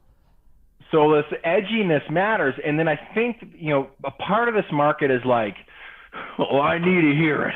I'm here to get tough talk. Like, it's not that these people are dumb, but they think like, they kind of think they're like it's a Navy SEAL type of thing. Like, this is the stuff I need to hear. It's an odd dichotomy of, at events they stand up to signal to hear the tough talk. And there's always going to be one guy like, what, I was just like you, and I listened to Uncle Dan Pena up here, and now I'm a millionaire. I beat my excuses. Or there's a guy who's like, I lost a pound, and then you see them a year later, he's still obese. Like but the secrets are going to work for him at some point. Like, so there's this weird signaling method in it. I think as far as more back to like, if they're not at an event, it's just someone's like, this is real talk. I need to hear this. Like they're not. So usually it's a first time person. Generally it's someone who does want to improve. So we have to commend that. Like, they're well-intentioned because they're reaching for some type of improvement of something. Right. Themselves, their business, their relationships, whatever it is. And these guys some of them are really good marketers. So, but then like, when kind of the popularity of hearing the F word, they're like, yeah, I can get up earlier. It's a fucking excuse if I hit the snooze button. Like, it feels great. But it's just like a placebo motivational effect. Let me ask you this. So there's obviously a lot of people who don't know what they're doing. Now, there are a few people who do know what they're doing. Right. One that obviously comes to mind is Agora, one of the biggest direct response marketing companies in the world, maybe the biggest. Are they actually the biggest? They might be, right? I think they are. I'm almost certain. As far as direct responses, in their manner, they have to be. Yeah, they do like $1 billion. I mean, it's something almost insane. A billion plus. I think $1.5 billion in profit or something. Yeah, which is just absolutely mind blowing. Off of all these, what are essentially scam like promos of like, hey, the Bible hidden in Mark 4 was this secret cure to cancer if you just listen. And like my question is this. Look, obviously they know their target market is like old conservatives for a lot of their offers. Do these writers, I mean, they must target that stuff because like I see God mentioned a lot in a lot of their ads. They're doing that on purpose. Like they know, right? They know, oh, this will get them if we hit them with the old God factor. Is that what's going on? So they very much study their avatar, or their direct or their target market, right? So generally, you nailed it. Older, conservative, very much scared of dying. They don't want to die, so they want their money protected, or they want they want the health care. They just don't want to die in hospice or something. Like they're just frightened. So they know that, and generally they're going to be generally a more religious market. So they're, so how Agora works is, they have a couple of top guys, a couple of top writers who have had massive, huge hits. And then they basically have monkeys on a typewriter. Here's our formula, which is, the crazy, Adolf Hitler put this away, and actually it could cure COVID and all this. By the way, guys, this is not that far off the real thing. I know it sounds, if you've never heard this stuff, it sounds unbelievable and insane. This is really what a lot of these ads are kind of like. It's very close. Yeah, like the Klebsy plague. Like that was a big Agora offer, the Klebsy plague. What's that? The Klebsy plague. I'm sure they changed it now and probably put something with COVID on it. But the Klebsy plague, I mean, they made it sound like instant death. And Hillary Clinton was behind it. Hillary and Obama conspired in a back room, and and Trump's not seeing it, but we have somehow the information that the Klebsy plague is coming. So they will take so these writers they have a formula. They'll take a crazy story like that, we found something hidden in a World War II journal, like some guys, find something at Normandy or something in a binder, or Hitler kept some weird medicine under wraps that could cure things. So they kind of buy into these conspiracy theories, and they will look up particular conspiracy theories, or they will take up something like Klebsy plague probably is going to probably not great for someone who's 85 to get Klebsy plague, but it's not like we're in the Klebsy plague pandemic, but they make it sound like it's coming. So then they will, and they know to press particular buttons with these stories. And Agora runs 90-minute video sales letters, and they don't drop the button. So the button means a buy button until the very, very end, which is incredible. That they're able to do that, or the ability to make people stay that long. But they do a video. Yeah, it makes it look like it's a conspiracy thing. Like we don't know when the government's going to shut. Yeah, this you down. don't even know it's a sale until deep in. You're like, oh wait, this has all been to try to sell me something. Right, and selling some type of monthly newsletter or some weird book with a couple of folksy cures like olive oil.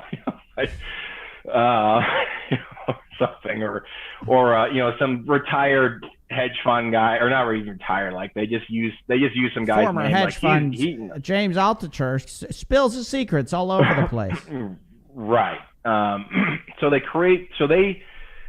they write those offers, they start with those offers first. They don't find a product. They will find a name, they'll find a researcher they will rhetorically dance around, but they will have that particular market demographic, and they will hit on key things. Like the end of America is coming.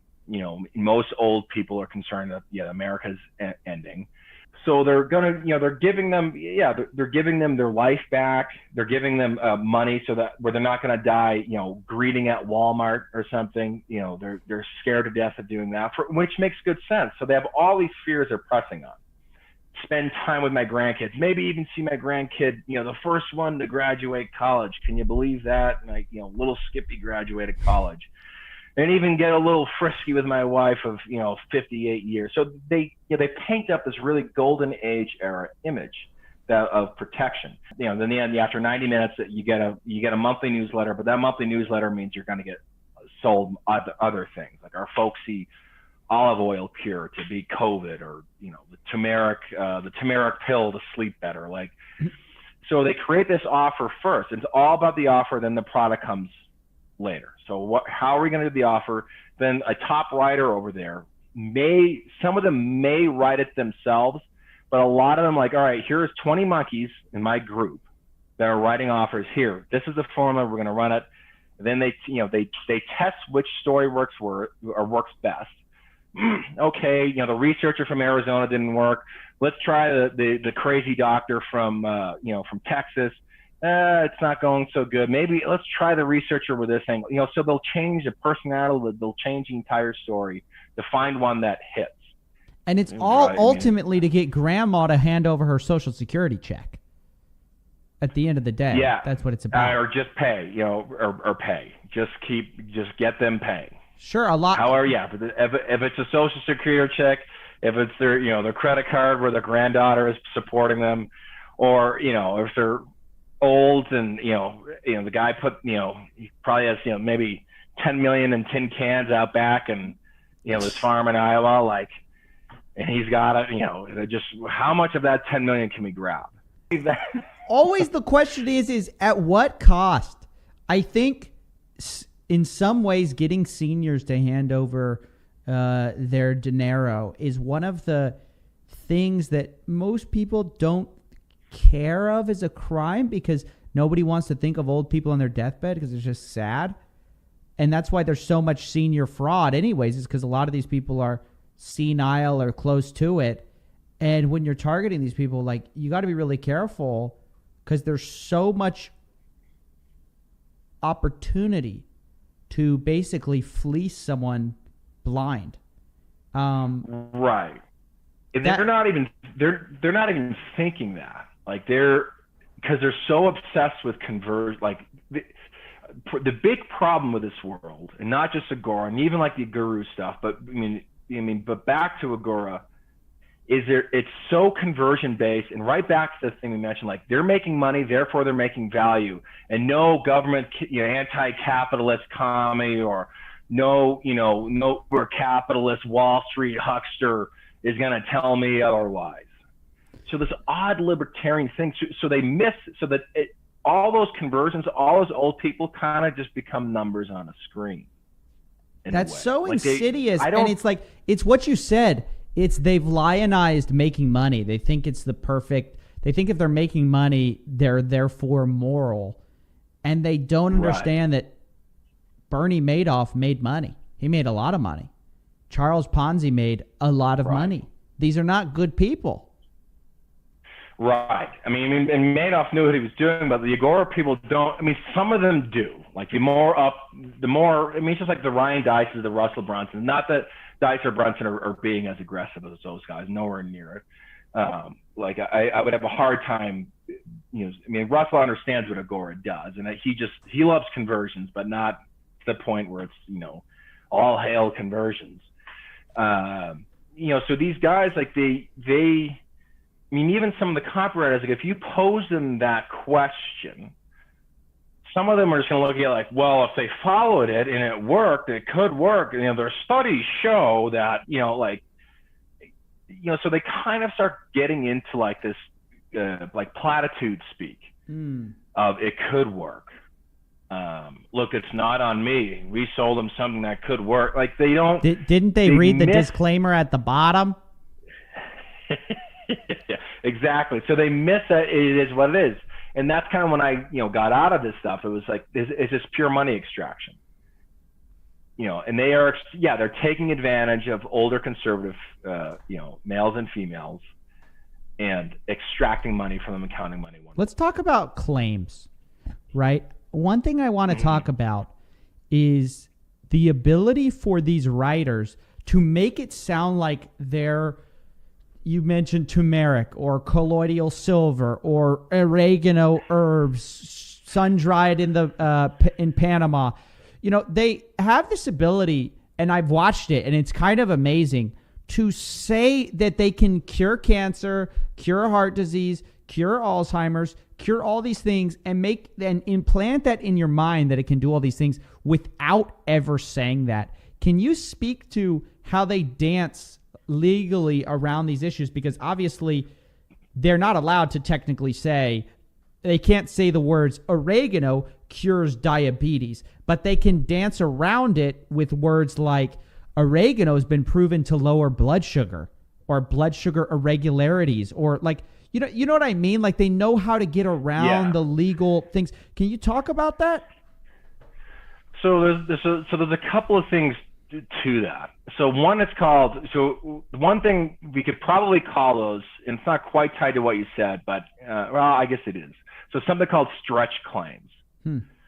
Now, a standard stretch claim generally has to do with kind of manipulating numbers or manipulating a study to make it sound amazing, right? So real quick, like tribulus is that, that's always sold as something to crank testosterone in men.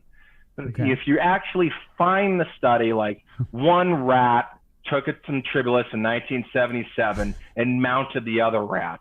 Like, we don't know if that actually boosted the testosterone of the rat. The rat just could have been horny at the time, right?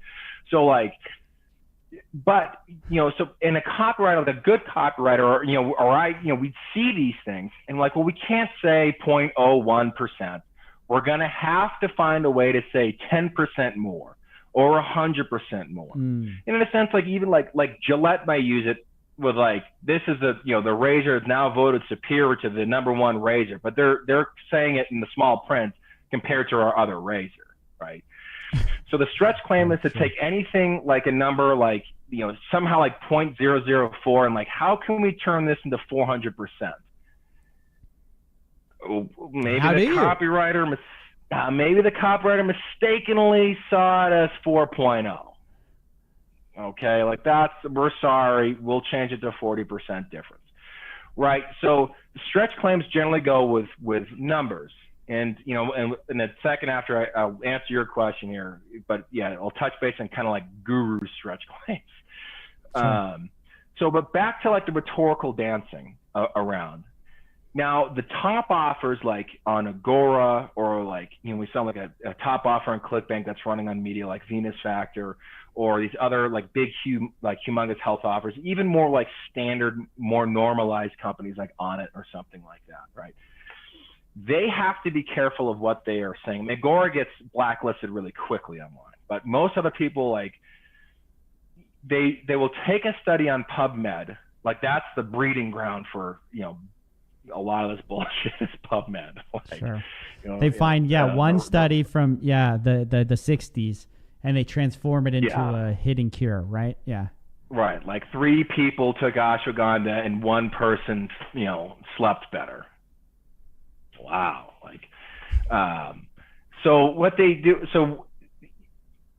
the better rhetorical ones are probably the more mainstream ads. They're going to say something like oregano, and the copywriter knows, and I know it when we were writing or correcting videos on Google, hey, this isn't Google compliant, we would have to come up with things like has been shown, could possibly be said to, or what you would do is, and you see this often, is you would take a quote of a doctor. You don't know the doctor. The doctor never said it to you. And you say, one doctor from Harvard says, oregano has been shown to have health benefits. Now, what does that doctor mean? Well, this other researcher says benefits could be, lowers your blood pressure. Now, if things have been shown that this oregano formula that we put together may help you lower blood sugar. And not only does it help lower blood sugar, so they will start stacking the claims on top of it. And make it seem like they're connected, but they're actually not. Right. So it makes it seem like it looks like most people watching it they're not gonna notice the rhetorical dance of we heard a Harvard doctor say, that's one. We heard a Harvard doctor say. Well, where did you hear him say it? Was he out drinking scotch one night and he's oregano, like, so it's like we heard studies have shown, in particular, Dr. X from Stanford. So they'll take something from PubMed. They will find one of the researchers' names or one of the doctor's names associated, or one of someone like associated. And it has been shown to help reduce lower cholesterol. And then before that, now, if the claims, now sometimes like a copywriter will there's at one point where I would grumble, be like, I can't say it does this. And then the has shown is going to make it look weak. So then when you see that, you're going to have to change something earlier in the story to make it sound, to kind of undercut the doctor's claim. Like, doctors really don't want you to know this, but they might kind of grumble it out, but they're not supposed to tell you because Big Pharma is behind them. Like, you make it so, like, obviously Big Pharma has its issues. The Big Pharma isn't in some, like, some doctor he might be squeezed by Big Pharma, but he isn't like, hey, Big Pharma, like that guy. Don't worry, I'm not telling him about olive oil. Like, but we're going to make it, like a copywriter, we're going to make it sound like that is kind of the case. Okay, right. You have to be careful with that, though, because you don't want to suddenly start undercutting all doctors or undercutting a guru or whatever. You don't want to undercut the known method and then start quoting the people, because that has been shown to hurt conversions. So you will take something like, you'll take like the fake quote. They don't know the doctor. They never met anything. It's probably something the copywriter looked up in 2 seconds, before he, read P.T. Barnum books or something. He just looked it up. Oh, look, a doctor has said this. Then you'll make it look like studies have shown. And one particular study showed a drastic increase. Well, we found the formula to really concentrate this, an oregano or ashwagandha thing into cranking out, testosterone or whatever. So you will start looking for ways to make it sound like you're either going to distract that it has been shown to make it sound like a doctor says, so you preface it with something. So all you say, it lowers cholesterol. Then you stack what's called stack claims. You stack claims behind it. So to make it not only sound like so they may come in maybe for like diabetes. They may come on that. But then you're going to stack the claims of other issues of diabetes, like maybe lower sex drive. This increases sex drive. This increases that. This increases that. So you stack claims to kind of bolster the weak, like it's possible it could help this. Now, and that's how you kind of rhetorically get around. Do you ever see, that's really interesting. Do you ever see people doing something where they're almost doing like rhetorical hyperbole to get around it, where they're going so over the top with the claim that it can't be construed as factual, but they're putting it in the mind of the person that actually it really does this? Like, this will make your blood sugar, it'll destroy those high blood sugar levels. Obviously, how's the FTC going to say that's a factual claim? You can't destroy blood sugar levels, but maybe it puts it in the mind of the person that, oh, this is going to really help me out. Do you ever see that kind of thing? Yeah. So your spidey senses are bang on. So you will actually take words like destroy, slaughter, annihilate. Those are probably more towards like a male market. Oh, that's fair enough. Yeah. Yeah. In the female market, you might be like, the results leave you barren. Even though they may be 70, but no woman 70 wants to be like barren. Right. So you use these particular kind of words near that, but you have to be careful where you place it, because obviously you can't say some people will, Wesley Virgin will say something like, my mindset, you think this for 10 minutes and you'll become a billionaire. So he doesn't get it quite.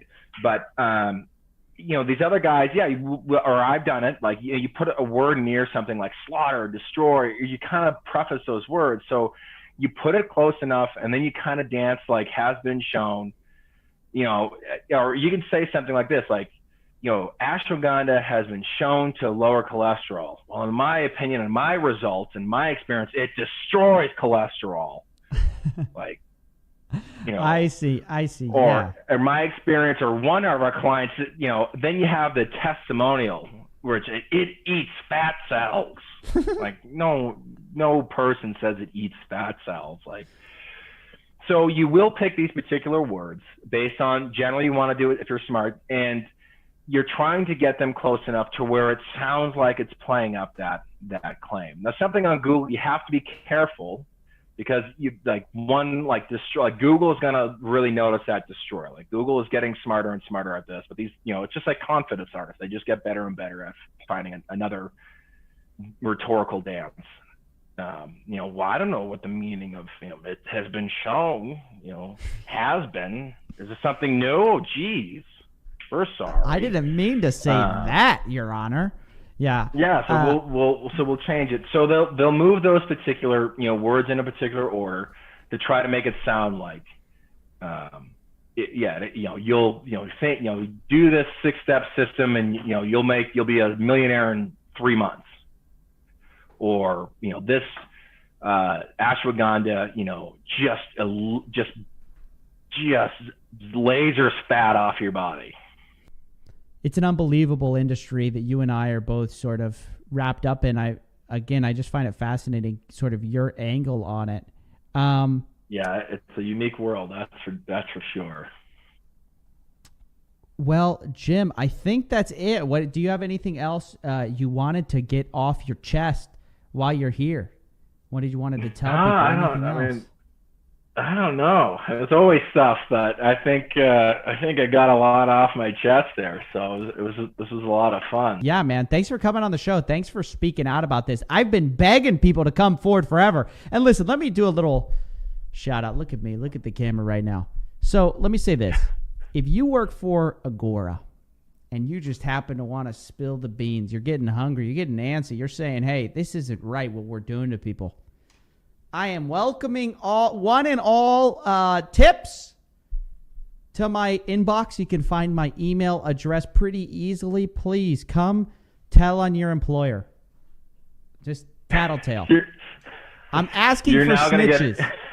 Please. You're going to get inundated with people like, there's someone from Agora PR is going to write you a script. Like, our experience is completely different, and the American dream is, still alive thanks to Bill Bonner. Yeah. Yeah, exactly. I'm watching you, Bill. Hey, come to me. Even Bill, if you're tired of your own crap, you can come and tell on yourself. You can tattletale, dude. I'll happily take your testimonial. Yeah, I just have to say that because that is one of the most secretive companies. And all of you working there, something's wrong. You know it. I know all of you know it. It's like you said, it's a little bit like Stockholm Syndrome. They're all just kind of looking around like going, hey, is this okay? This is probably okay, right? And everyone's like nodding to each other. Yeah, I think this is okay, right? And you guys know it's not okay. Come to me. I'll make sure that you're off the record. We can keep you anonymous. And yeah, so that's it. That's my pitch. So Jim, thanks for coming. Guys, jimclair.com. You can go find his blog. You blog about a lot of things, including the gurus, but also about I think you blog about reading, right? You have like a thing about books, and you're a big fan of books, which I definitely like. And yeah, man, I really like what you're doing. No, thank you. Yeah, it's been a lot of fun to be on here and reveal a little bit behind the curtain. So on my ridiculous show, great. Well, dude, thanks for watching, everybody. Thanks for coming by. Ignition sequence start. 3, 2, 1. Hey, you took my money away. You said that it was safe, but I'm rubbed and I don't feel okay. I trusted you. You said that it was alright. Oh, but now I'm broke and my wallet's relight. Pancake swap, sushi swap, unit swap. I ain't got no ETH. I got greedy, now my friends all make fun of me. Cause all coins that I thought were clean are now dirty. They promise you the moon, but I'm burned up in re-entry. Oh hey, you took my money away. You said that it was safe, but I'm rubbed and I don't feel okay. I trusted you. You said that it was alright. Oh, but now I'm broke and my wallet's relight. Telegram, Discord, Twitter communities. Devs have been gone for 3 years, but the boys, they ain't selling. Buy the dip, buy the dip, buy the dip, buy the dip. I bought the dip, I bought the dip, I bought the dip. Wait, no, it was the top. It was the top. It was the top.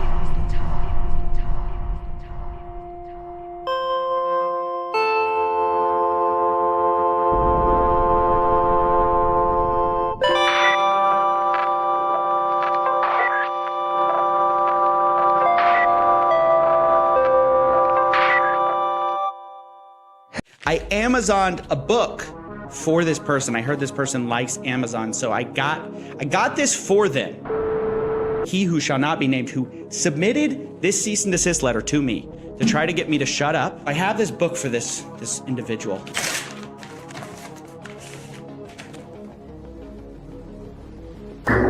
Previously on Fake Guru. Guys, we have an epidemic of fragile millionaires. I'll tell you the normal plan for a lot of these fake gurus who want to evade criticism is to send a cease and desist letter to me, which I will promptly throw in the trash, and then he can subpoena me, and I have liability insurance, and I will continue talking about it. I'll talk about you all day.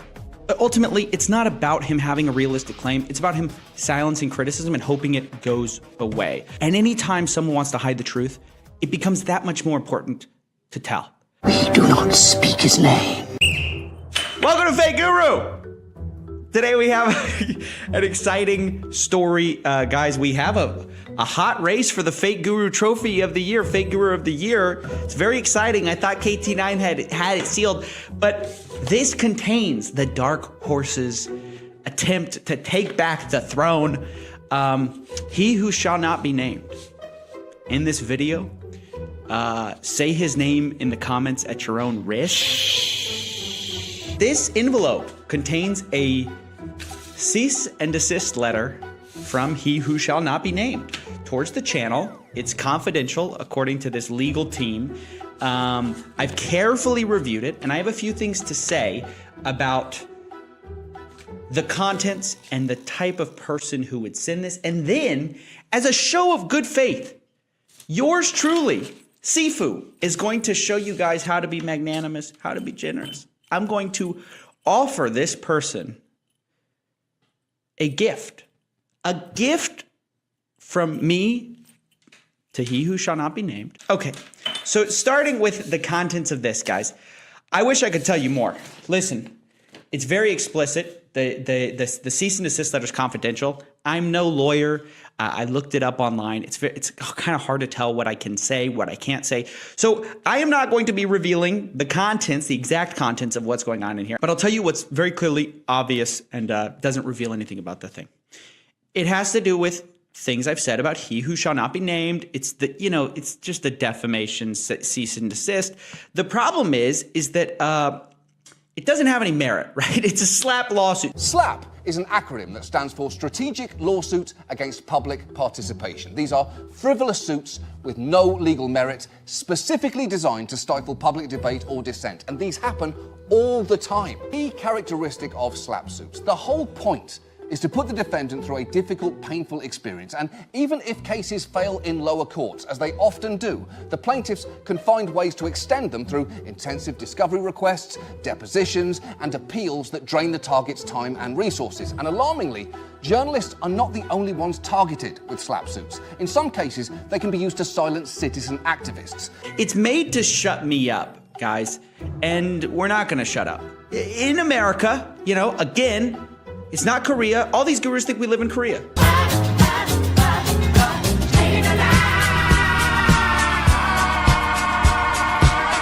But guys, we haven't broken any laws. This is all been within free speech, fair criticism, fair use, consumer advocacy work. I don't have a course to sell you, right? This person might be able to say, hey, if a guy with a course talked bad about me, then we have a problem because maybe he's trying to profit off of the people that I lose. But I'm not getting people buying a course when they leave this guy. I'm just saving them $2,000. That's all I'm doing. So the lawsuit's ridiculous. And for that reason, and because I also promised you guys I would do it, it is going into, well, that was anticlimactic, the trash.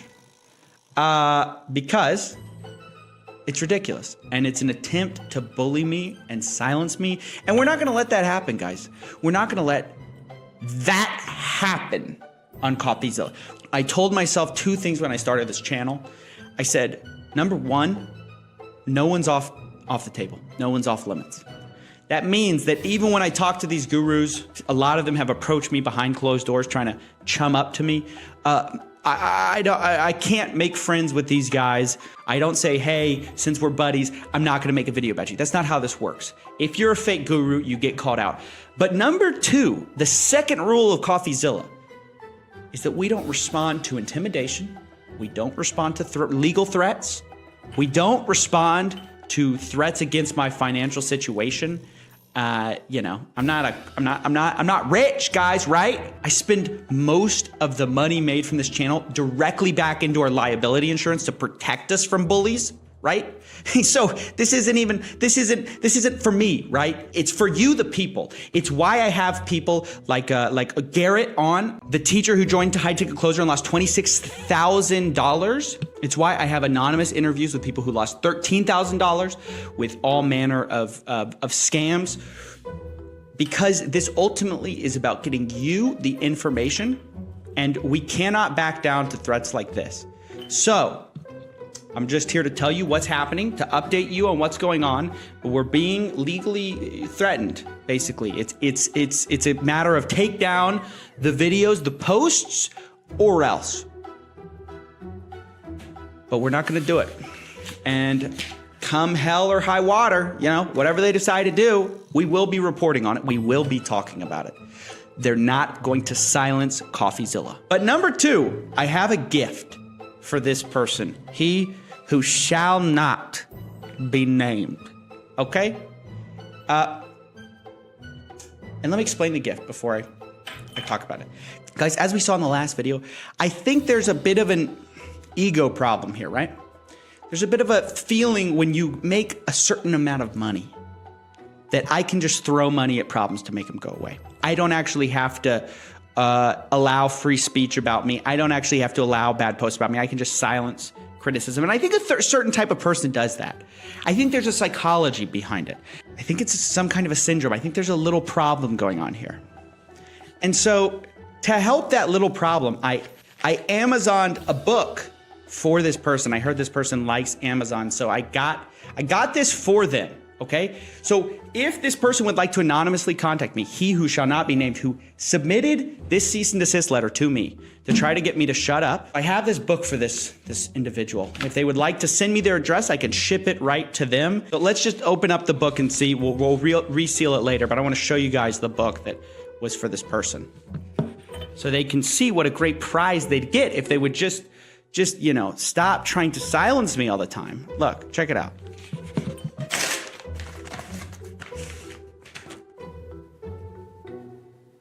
This is a book that I feel is appropriate for the type of person who feels that they need to silence critics online who are calling out predatory behavior. This is a book I feel is appropriate for people who get very testy when you talk about them for any reason at all. You know what I mean? Look, on the back, we've got the almost an inch ruler. Well, look, I don't know about the specifics, you know, for the contents, but my guess, I hear that he's a leading authority on helping people, you know, with maybe confidence issues, maybe some kind of some kind of a like a psychological syndrome. Obviously, I'm not a doctor. I'm not diagnosing anybody. I don't know if this person has this situation. My guess is that if there is a situation,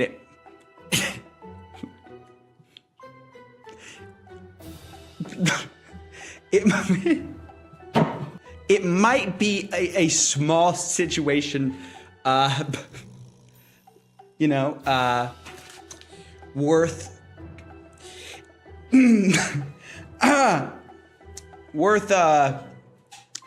getting addressed. I hear meditation is good. Hold on, let's look at that. They even have little illustrations.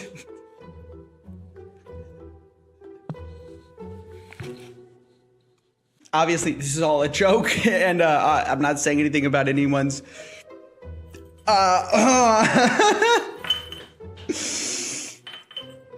problems, big or small. But what I am saying is that, I do sometimes wonder about the people who are submitting cease and desist letters for YouTube videos, right? I do wonder about that. And so if I get an email address, if they'd like to go ahead and put that, I can go ahead and send that to you. I'm really thinking that it might be a book that is applicable to a lot of these gurus selling courses. I think it'd be valuable. They all read Expert Secrets by Russell Brunson, but have you heard of Ant Smith? Have you heard of Ant Smith? Things to think about. Obviously, I don't want a lawsuit. Nobody wants a lawsuit, but I refuse to be silenced. I refuse to have, not just for me, but I refuse to have the voices of the victimized and the preyed upon be silenced as well. I refuse to let it happen, guys. Until next time, I love you guys. I love the support of the Coffeezilla Fake Guru Army. Ladies and gentlemen, you saw the title. I was gonna do some long intro, but screw it. OnlyFans fake gurus are here, and it's way worse than you think. Now, before we get started, let me just say, I found out about this because somebody that I was following said, buy my course industry has peaked. And immediately I got curious. I see this thing. This person says their OnlyFans course is 50% off. And I say, what's this OnlyFans stuff my mom's watching? And, I don't get much internet signal where I'm at, so I don't know what's going on in the world. I think it's some subscription service to like a Backstage Pass thing, like for concerts. I'm going to be posting my hard... I was wrong. What are you kids doing these days, okay? These people, it's like Patreon for basically adult content. And don't worry, this is going to be a very clean video, guys. Clean stuff here. But it's YouTube, baby. I follow all the rules. Clean channel, monetized channel. But the crazy thing is, and what shocked me, is that people are making millions of dollars doing this. I don't know how any of this works. I think we're all like the main people on OnlyFans are roughly earning the same. I think at the moment it's like $1 million a month. And this person says, so everyone's going to learn how to pay their bills as content creators. Okay. Big red flag number one. The fake gurus, this is something I've noticed actually. The fake gurus always start coming. All the course sellers, they all start coming when the opportunity is no longer that good, ironically. Like when you saw with Amazon Kindle Publishing. It happens in every industry. Amazon Kindle Publishing used to be good, then it kind of got a lot harder, more saturated, and that's when you see everyone saying it's so easy to make money in it. Same with Amazon third-party selling. It got a lot harder. That's when you see all the courses are coming out saying it's so easy. Anytime you see a course come out about something saying it's a great opportunity, newsflash, it was a great opportunity 2 years ago, 3 years ago. So I see this and immediately I'm suspicious, but let's watch it together because this is just, we have to talk about it. It's incredible. I mean, what is going on here? The fake gurus have invaded everything. Hey guys, I'm Emma and I'm a top 1% creator on OnlyFans. I've helped people just like you. Where did you find this rented little house here? You make a livable income on OnlyFans without even getting naked. You might be wondering how I've done that. So I built OFX. Here we go. Now the production value is finally coming in. I was worried. As a blueprint that helps you build, manage, and grow your OnlyFans, all while working on your own time wherever you want. Whether you're just starting out OnlyFans or in the stacks of cash. Yes. Okay. Good. This is check.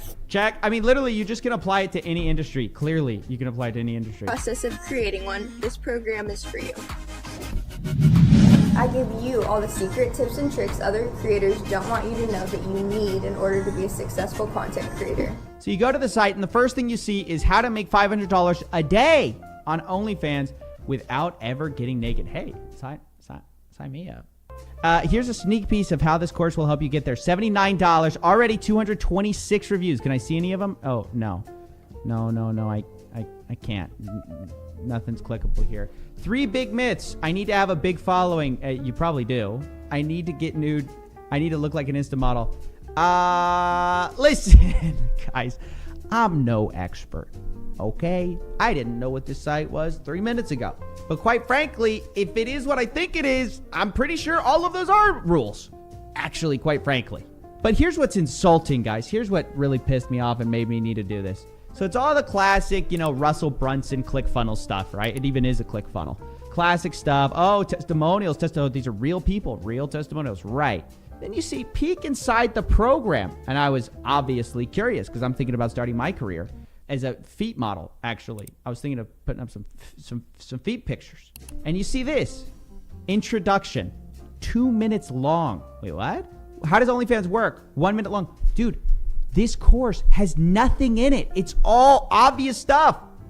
Should you become an OnlyFans creator? Let me guess. You're going to say yes. Benefits, money. How long does it take? Like 3 seconds to sign up. Snap a few pics of my feet, and then I'm in.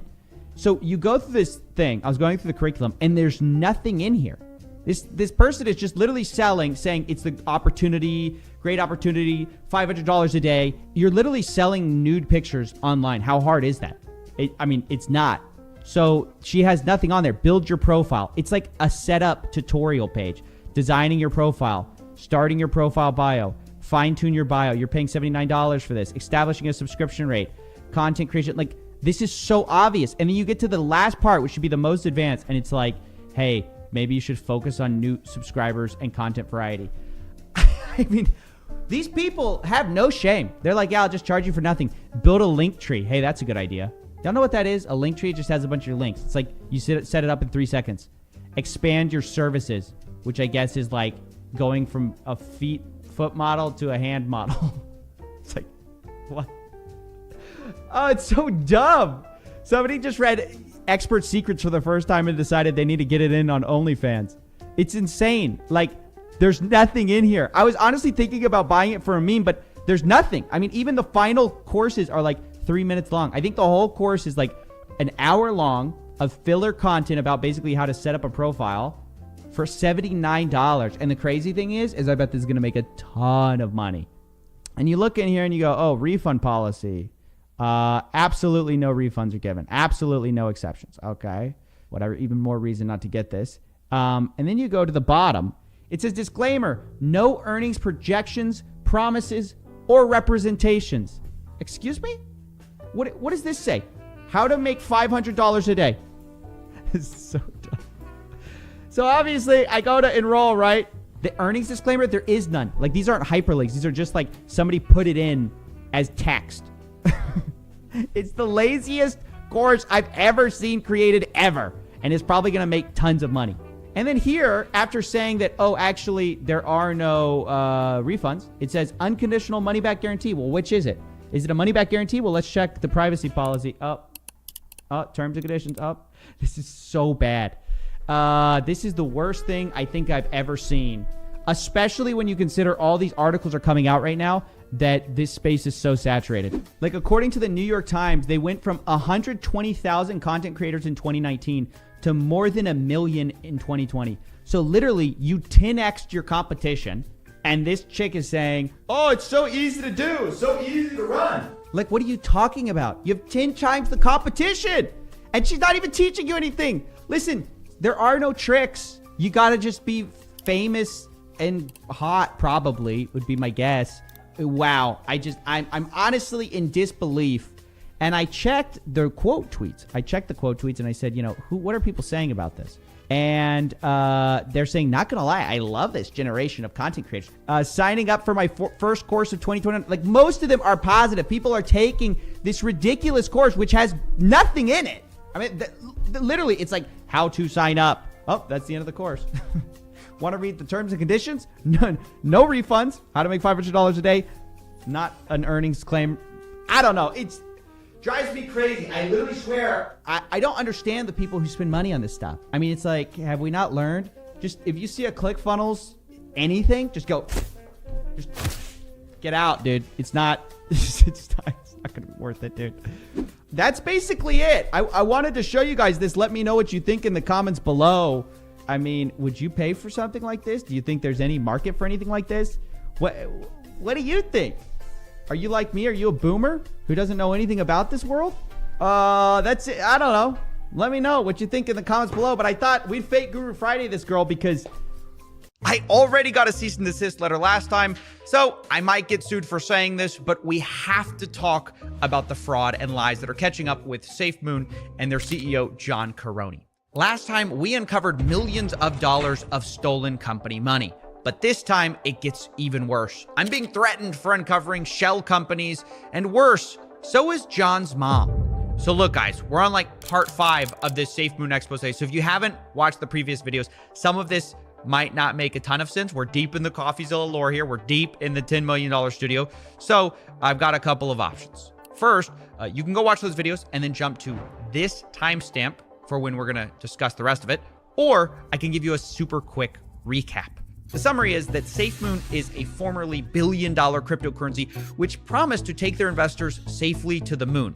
In a move that surprised no one, they then defrauded those investors by stealing unstealable funds. Turns out that the money that was supposed to be like locked up automatically wasn't locked up automatically. And despite this, somehow SafeMoon still maintains a pretty cult-like fan base called the SafeMoon Army by promising pretty much everything from Gambian wind farms to nanotechnology and delivering on absolutely none of it. I mean, to understand the absolute horror of being a SafeMoon investor, just picture, your dad, right? He promises you everything one Christmas. Promises you the whole Walmart catalog, the little kid-sized Jeep that actually drives, all of it. And then the time comes and you get nothing, and he steals your grandma's card with $100 in it. That's what it's like being invested in SafeMoon last year. Except instead of just one dad, there are several dads in the SafeMoon history which have promised things and then stolen the money. But these days, there's really only one dad worth talking about who hasn't gone out for cigarettes yet. Okay, maybe this dad analogy's gone a bit too far, but the point is that man, well, who's actually not a dad, incidentally, is John Caroni, the CEO, current CEO. John was basically broke before SafeMoon. Now, I don't mean that disparagingly. I mean it as a matter of record. He admits to living in a trailer on Instagram, saying that he was like living a van life or something. Now, what's funny about this is his own brother responded to it that it wasn't so much van life as it was John mooching off his parents for free utilities. I don't know what you want to call that. Are we calling this living at home with extra steps or van life? It's up to you.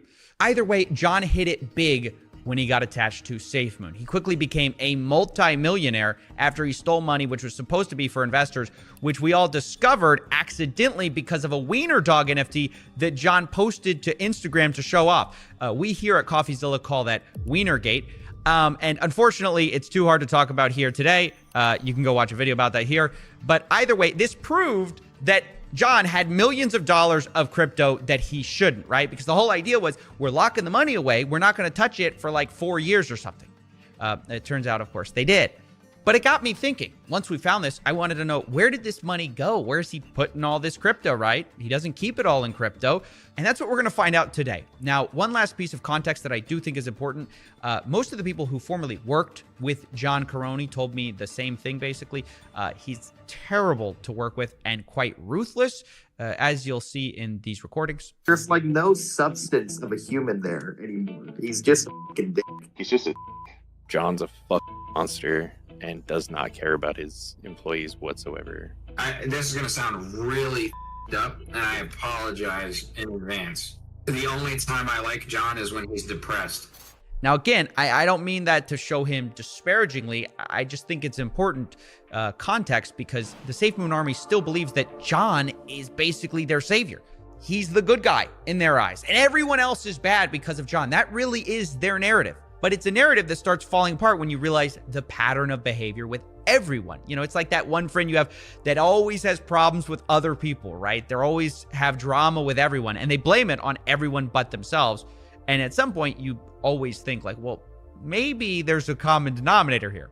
And that brings us all to today, because today I'm here to share even more evidence that John Karony might be stealing from SafeMoon holders. Some of this is brand new evidence. Some of it is old evidence that I uncovered that I've been unable to talk about because of lawsuit threats from John's lawyers. Because a couple of months ago, I discovered a multi-million-dollar real estate portfolio that John Karony was hiding in shell companies, which again is pertinent because, you know, before SafeMoon, he had no money. And in SafeMoon, he wasn't supposed to have a way to get money. So where did it come from? So obviously, you know what I think. But the point is, when I went to uncover this information, John's lawyers, they sent me a cease and desist, said, hey, we're going to sue you if you leak this information. And the thing is, I had already done so much on them that I knew that somehow this information would come out. Like, they're really bad at hiding things. So I decided, look, I'm just going to hang back. I'm just going to wait. I know this is going to leak eventually. And turns out I was right. It did, just not in the way I expected. Because the leaker of the information wasn't some disgruntled employee. It was John Karony accidentally leaking the information public when he sued his own mother. Yes, you heard that right. John Karony is suing his own mother for embezzlement. If you don't believe me, here's the lawsuit right here, which I got by paying $3 on Pacer. It's called journalism. I mean, I know you guys wonder, you know, if this is such a big deal, why isn't it everywhere in the presses? Well, I don't know. Maybe they don't have $3. I don't know. I don't think the New York Times has a Pacer account, right? Actually, a serious story. People did approach me about doing this as like a docu-series or something like that after we put out our report. But when I'd fully explained it to them, they'd be like, yeah, can we make this a bit simpler? Can we dumb it down? I mean, these people, their audiences, they think the blockchain is like a Tetris mobile game. You know, they're trying to erase the blockchain from this whole story. And it's like, not sure you can do that and still, you know, see the fraud. But this part of the story, I don't know how much I can make it simpler, right? This guy is literally suing his mom for embezzlement while himself being accused of embezzlement. It's honestly insane. It's insane that this story isn't everywhere right now. But today, we're going to break it all down. You know, how did John Karony go from living in a trailer at his mom's house to the Lambo, suing his mom for a house, because that's happening too. And at the end, I'm also going to be telling you the details of why John Karony threatened me to sue me. You know, innocent me. I know it's hard to believe, because honestly, it's entirely possible that me and Mrs. Karony could be taking the stand together against John. You know, I know it sounds funny, it sounds crazy. It's a possibility. I could be setting up a GoFundMe for me and her legal fees very soon. It could be happening. So thank you for pumping the stock. Thank you for supporting the channel. You guys all make it all possible. But without further ado, let's get into this lawsuit. All right, so this is the lawsuit between John Karony and his mother through a company called ECG. And look, I know many of you got the popcorn out. You're ready for the family drama. But let's start by talking about a few things, right? First of all, I need to say, I'm not airing out John Karony's family problems. This is a public court case. Anyone has access to it. Like I said, a few bucks. So I cannot stress enough that John chose to air out all this information. Like, he's the one, they're the ones writing the documents with the lawyers or whatever. They put it out publicly. Okay, first. Secondly, and this is also extremely important. On the one hand, I do find it funny that John is suing his mother for embezzlement because, you know, he's also being accused of embezzlement, and his plan, I guess, to fight that is like, oh, instead of addressing the accusations, let's just accuse my mom of embezzlement. You know, that's a classic excuse. We'll see how that plays out for him, right? So yes, I find all of that funny, but that's not why we're doing it, because it turns out this lawsuit is also incredibly helpful for unraveling the entire SafeMoon story. There's a lot of lies in here that start falling apart when you see it, because as you'll find out, Jennifer Karony, John's mom, absolutely torches him in this lawsuit. I mean, it might as well be addressed to Coffeezilla the way some of this stuff is written. I think she knew, like, some of it, the way it was, like, put in the lawsuit. I think it was her way of, you know, exposing him, because I didn't think she needed to put it in. And then I think it was like, I brought you into this world, I'm going to take you out. So as we go through this lawsuit, though, I'm going to be bringing this all back to how this relates to SafeMoon, because again, that's why we're talking about it. That's the bigger picture here. Now, the details of how this lawsuit came about, as I said, SafeMoon from the early days, they promised a lot, right? Gambian wind farms, nanotechnology, the list went on, which all started when John starts talking about all these, code name projects. He starts talking about Dark Moon, Area 32, Operation Phoenix. Operation Phoenix is a little bit of a journey, but it's mainly a bunch of different complex things coming together to create an evolution. But in reality, this lawsuit shows that he wasn't pioneering much as he was piggybacking off of his parents' achievements. The following is from the signed declaration of Jennifer Caroni. John's parents are apparently extremely involved in the Gambia and have been for some time. They, quote, began establishing valuable government and business relations, which resulted in them having valuable relationships, invitations, approvals, and licenses to do business in the Gambia. The point is they had connections, and John wanted to use them. So he decides, okay, he's now got a ton of cash through SafeMoon, and he's going to invest in the family business. So him and his mom create a company called ECG, which is like, I guess, part of what they were doing there. They also have other companies too. It's called the Emanations Communications Group, which is a terrible name, whatever. We're calling it ECG. The big point is this. John is joining mom and getting 33.3% of profits for future sales of some antenna technology. Doesn't really matter. But the point is, John is getting that percentage because he's funding it with his, quote, personal wealth. Ladies and gentlemen, it can't be expressed how big of a point this is. This is like the smoking gun in the lawsuit, because this document does not say John Caroni manifested his desire to diversify his company's wealth of cryptocurrency. It says his personal wealth, his personal piggy bank. And the reason this matters is because the amount of personal wealth he put into this company was $5 million. Now, I want you to ask yourselves, pretend you're the jury for a second, right? We've seen evidence that John was living in a van before SafeMoon. Suddenly, he joined SafeMoon in March of 2021. And by June 2021, he's got $5 million to invest of personal crypto wealth. Like, as the jury, tell me the conclusion. Where did he find that money? Did he find the Bitcoin under his van's mattress? Or did he get the money from investors? I really don't care how high you are on SafeMoon Copium. You cannot pretend that this could have come from like even just a salary, right? Even if he was getting paid as the CEO of SafeMoon, what is he getting paid? $1 million a month? Look at the timeline. March 2021, van life. June 2021, $5 million personal wealth. It doesn't take a scientist to figure out what's going on here. It takes $3 in a Pacer account. Journalism. What we find out next, though, is even more wild, because the reason John accuses his mother of embezzling money is apparently because he thinks that she spent a bunch of the money from ECG, which is their shared company. She spent it in dividends on things like cash transfers, fashion purchases, guns, and hair. Apparently $258,000, which is certainly a lot of money. But Caroni's mom argues that this is just her regular salary and it was mischaracterized. And honestly, the reason the gun was even bought was because her son had attracted threats. She says, quote, the firearms and munitions were personal expenditures deemed necessary in light of me and Bradford's names being included in threats against John, which obviously that's totally understandable and looks terrible for John. Like literally imagine leaking the fact that your parents fear for their safety because of your actions and then accusing them of embezzlement because of it. Now, obviously, it's pretty understandable why their relationship was starting to deteriorate at this point, but it got worse when John started claiming all their hard work sort of as his own.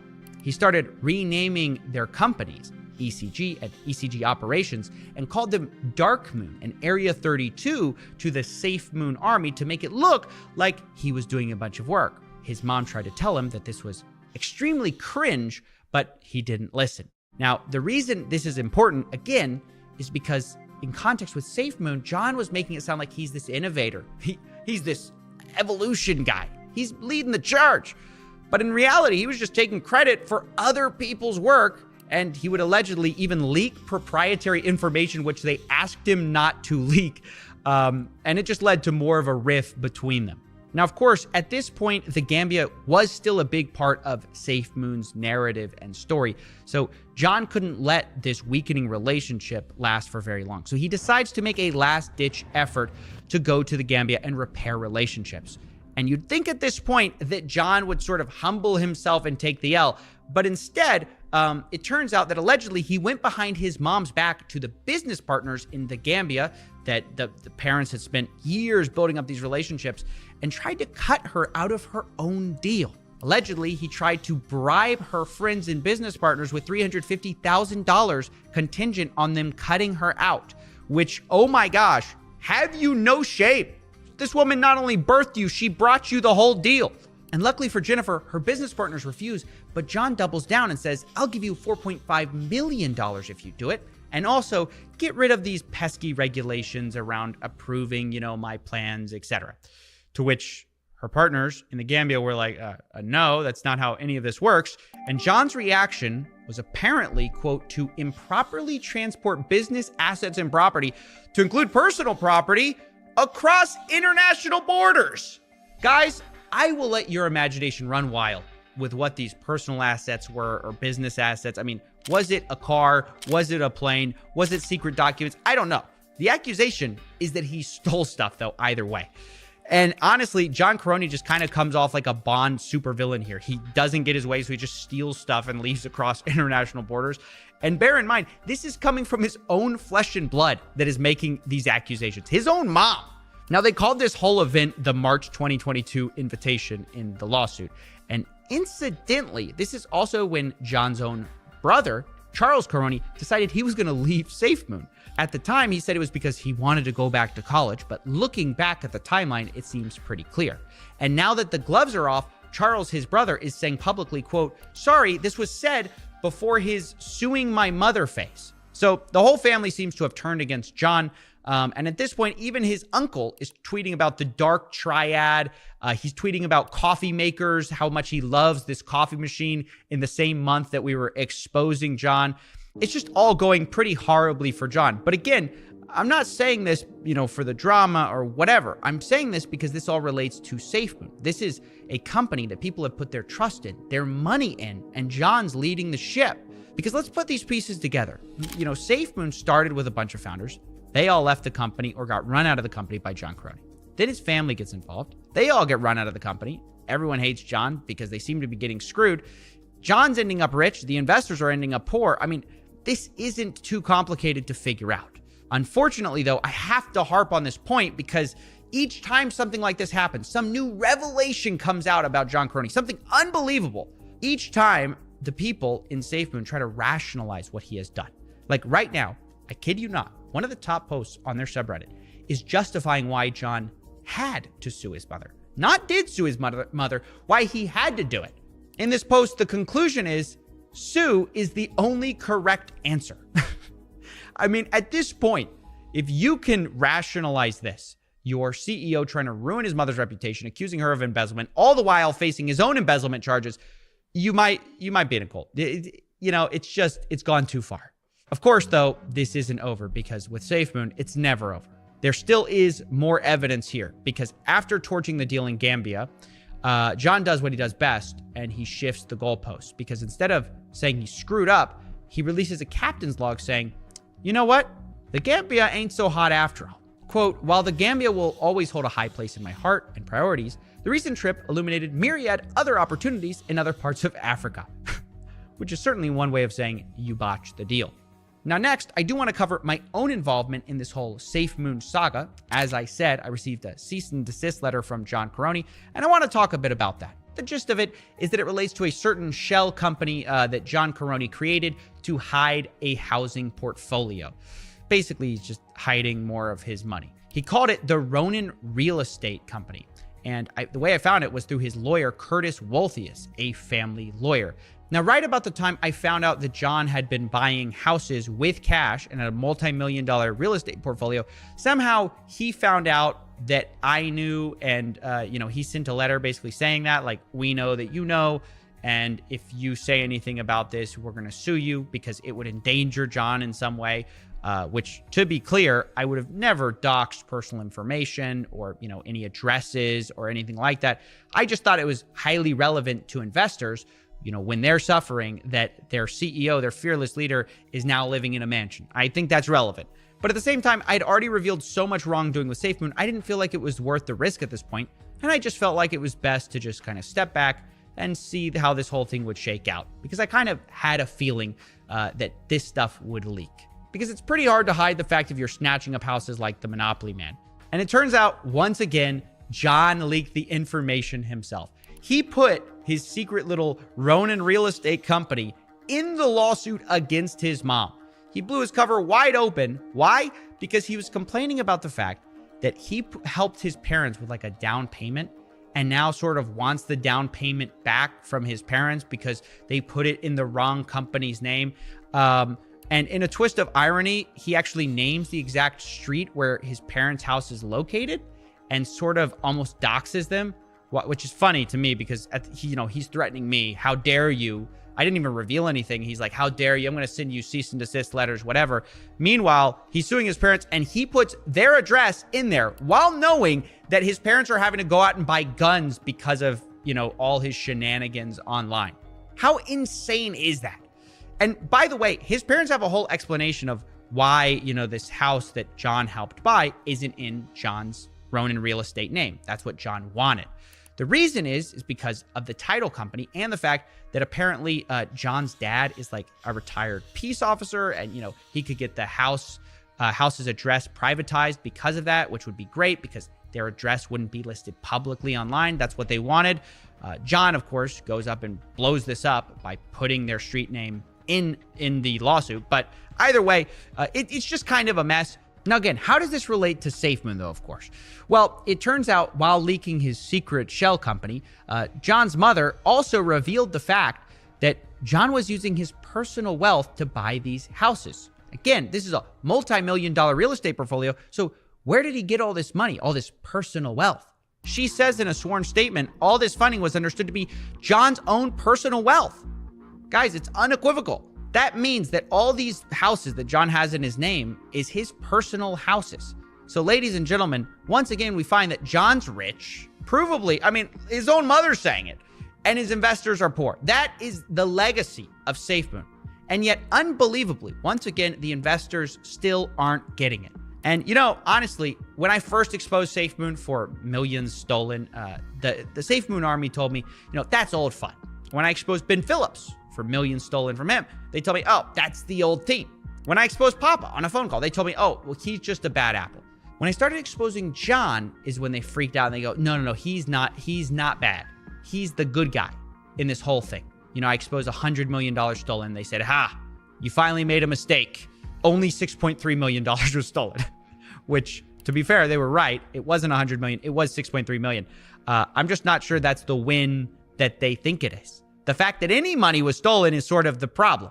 And my overall point is, if you can believe that, the old team was corrupt, if you can believe that money has been stolen, what is so difficult? What is the logical leap that's so impossible about maybe the current CEO is bad too? I just don't really understand it. Because people are fighting for this guy like they're John's mom. Meanwhile, John's own mom is getting sued and she doesn't even like him. I don't get it. I've never seen anything like this. I'm not saying his parents are perfect, right? I have no idea. I don't know them. They could be involved in this whole thing. I don't know. I'm not accusing them. I literally do not know. But the point is that all the red flags point at one guy and everyone's ignoring that. It's all points at John Caroni. And at this point, I'm not sure whether it matters if you guys believe me or not, because I think in the end, this man has proven that he will self-sabotage himself regardless of what I do or say. But I just want to expose this stuff before it all goes to zero, because sure, he leaked the $1 million house. He leaked the Wiener Dog NFT. He leaked the $5 million. He leaked his parents' street address. He will eventually leak it. But the question is, are you guys going to wake up before or after this whole thing goes to zero, right? And I know some of you are going to say, oh, look, the people who are still invested, they're never going to listen at this point. But I do think you're right that most won't listen, but there are people on the margins that you can still help. And those are the people that I'm talking to. Those are the people I'm trying to reach right now. So if you've been on the fence about this stuff and you've never seen the whole picture of John Caroni, the CEO of SafeMoon, now you have. For those of you who are just here for the entertainment, I hope you enjoy. I love doing these deep dives, and SafeMoon has been one of our longest running investigations. One of the most painful ones too, honestly, because it's so frustrating trying to convince people of this stuff, despite all the evidence. But either way, I can't help but do it. I just love these deep dives, and it's thanks to you that I get to do them. So anyways, pump the stock. That's basically it, and I will see you in the next one.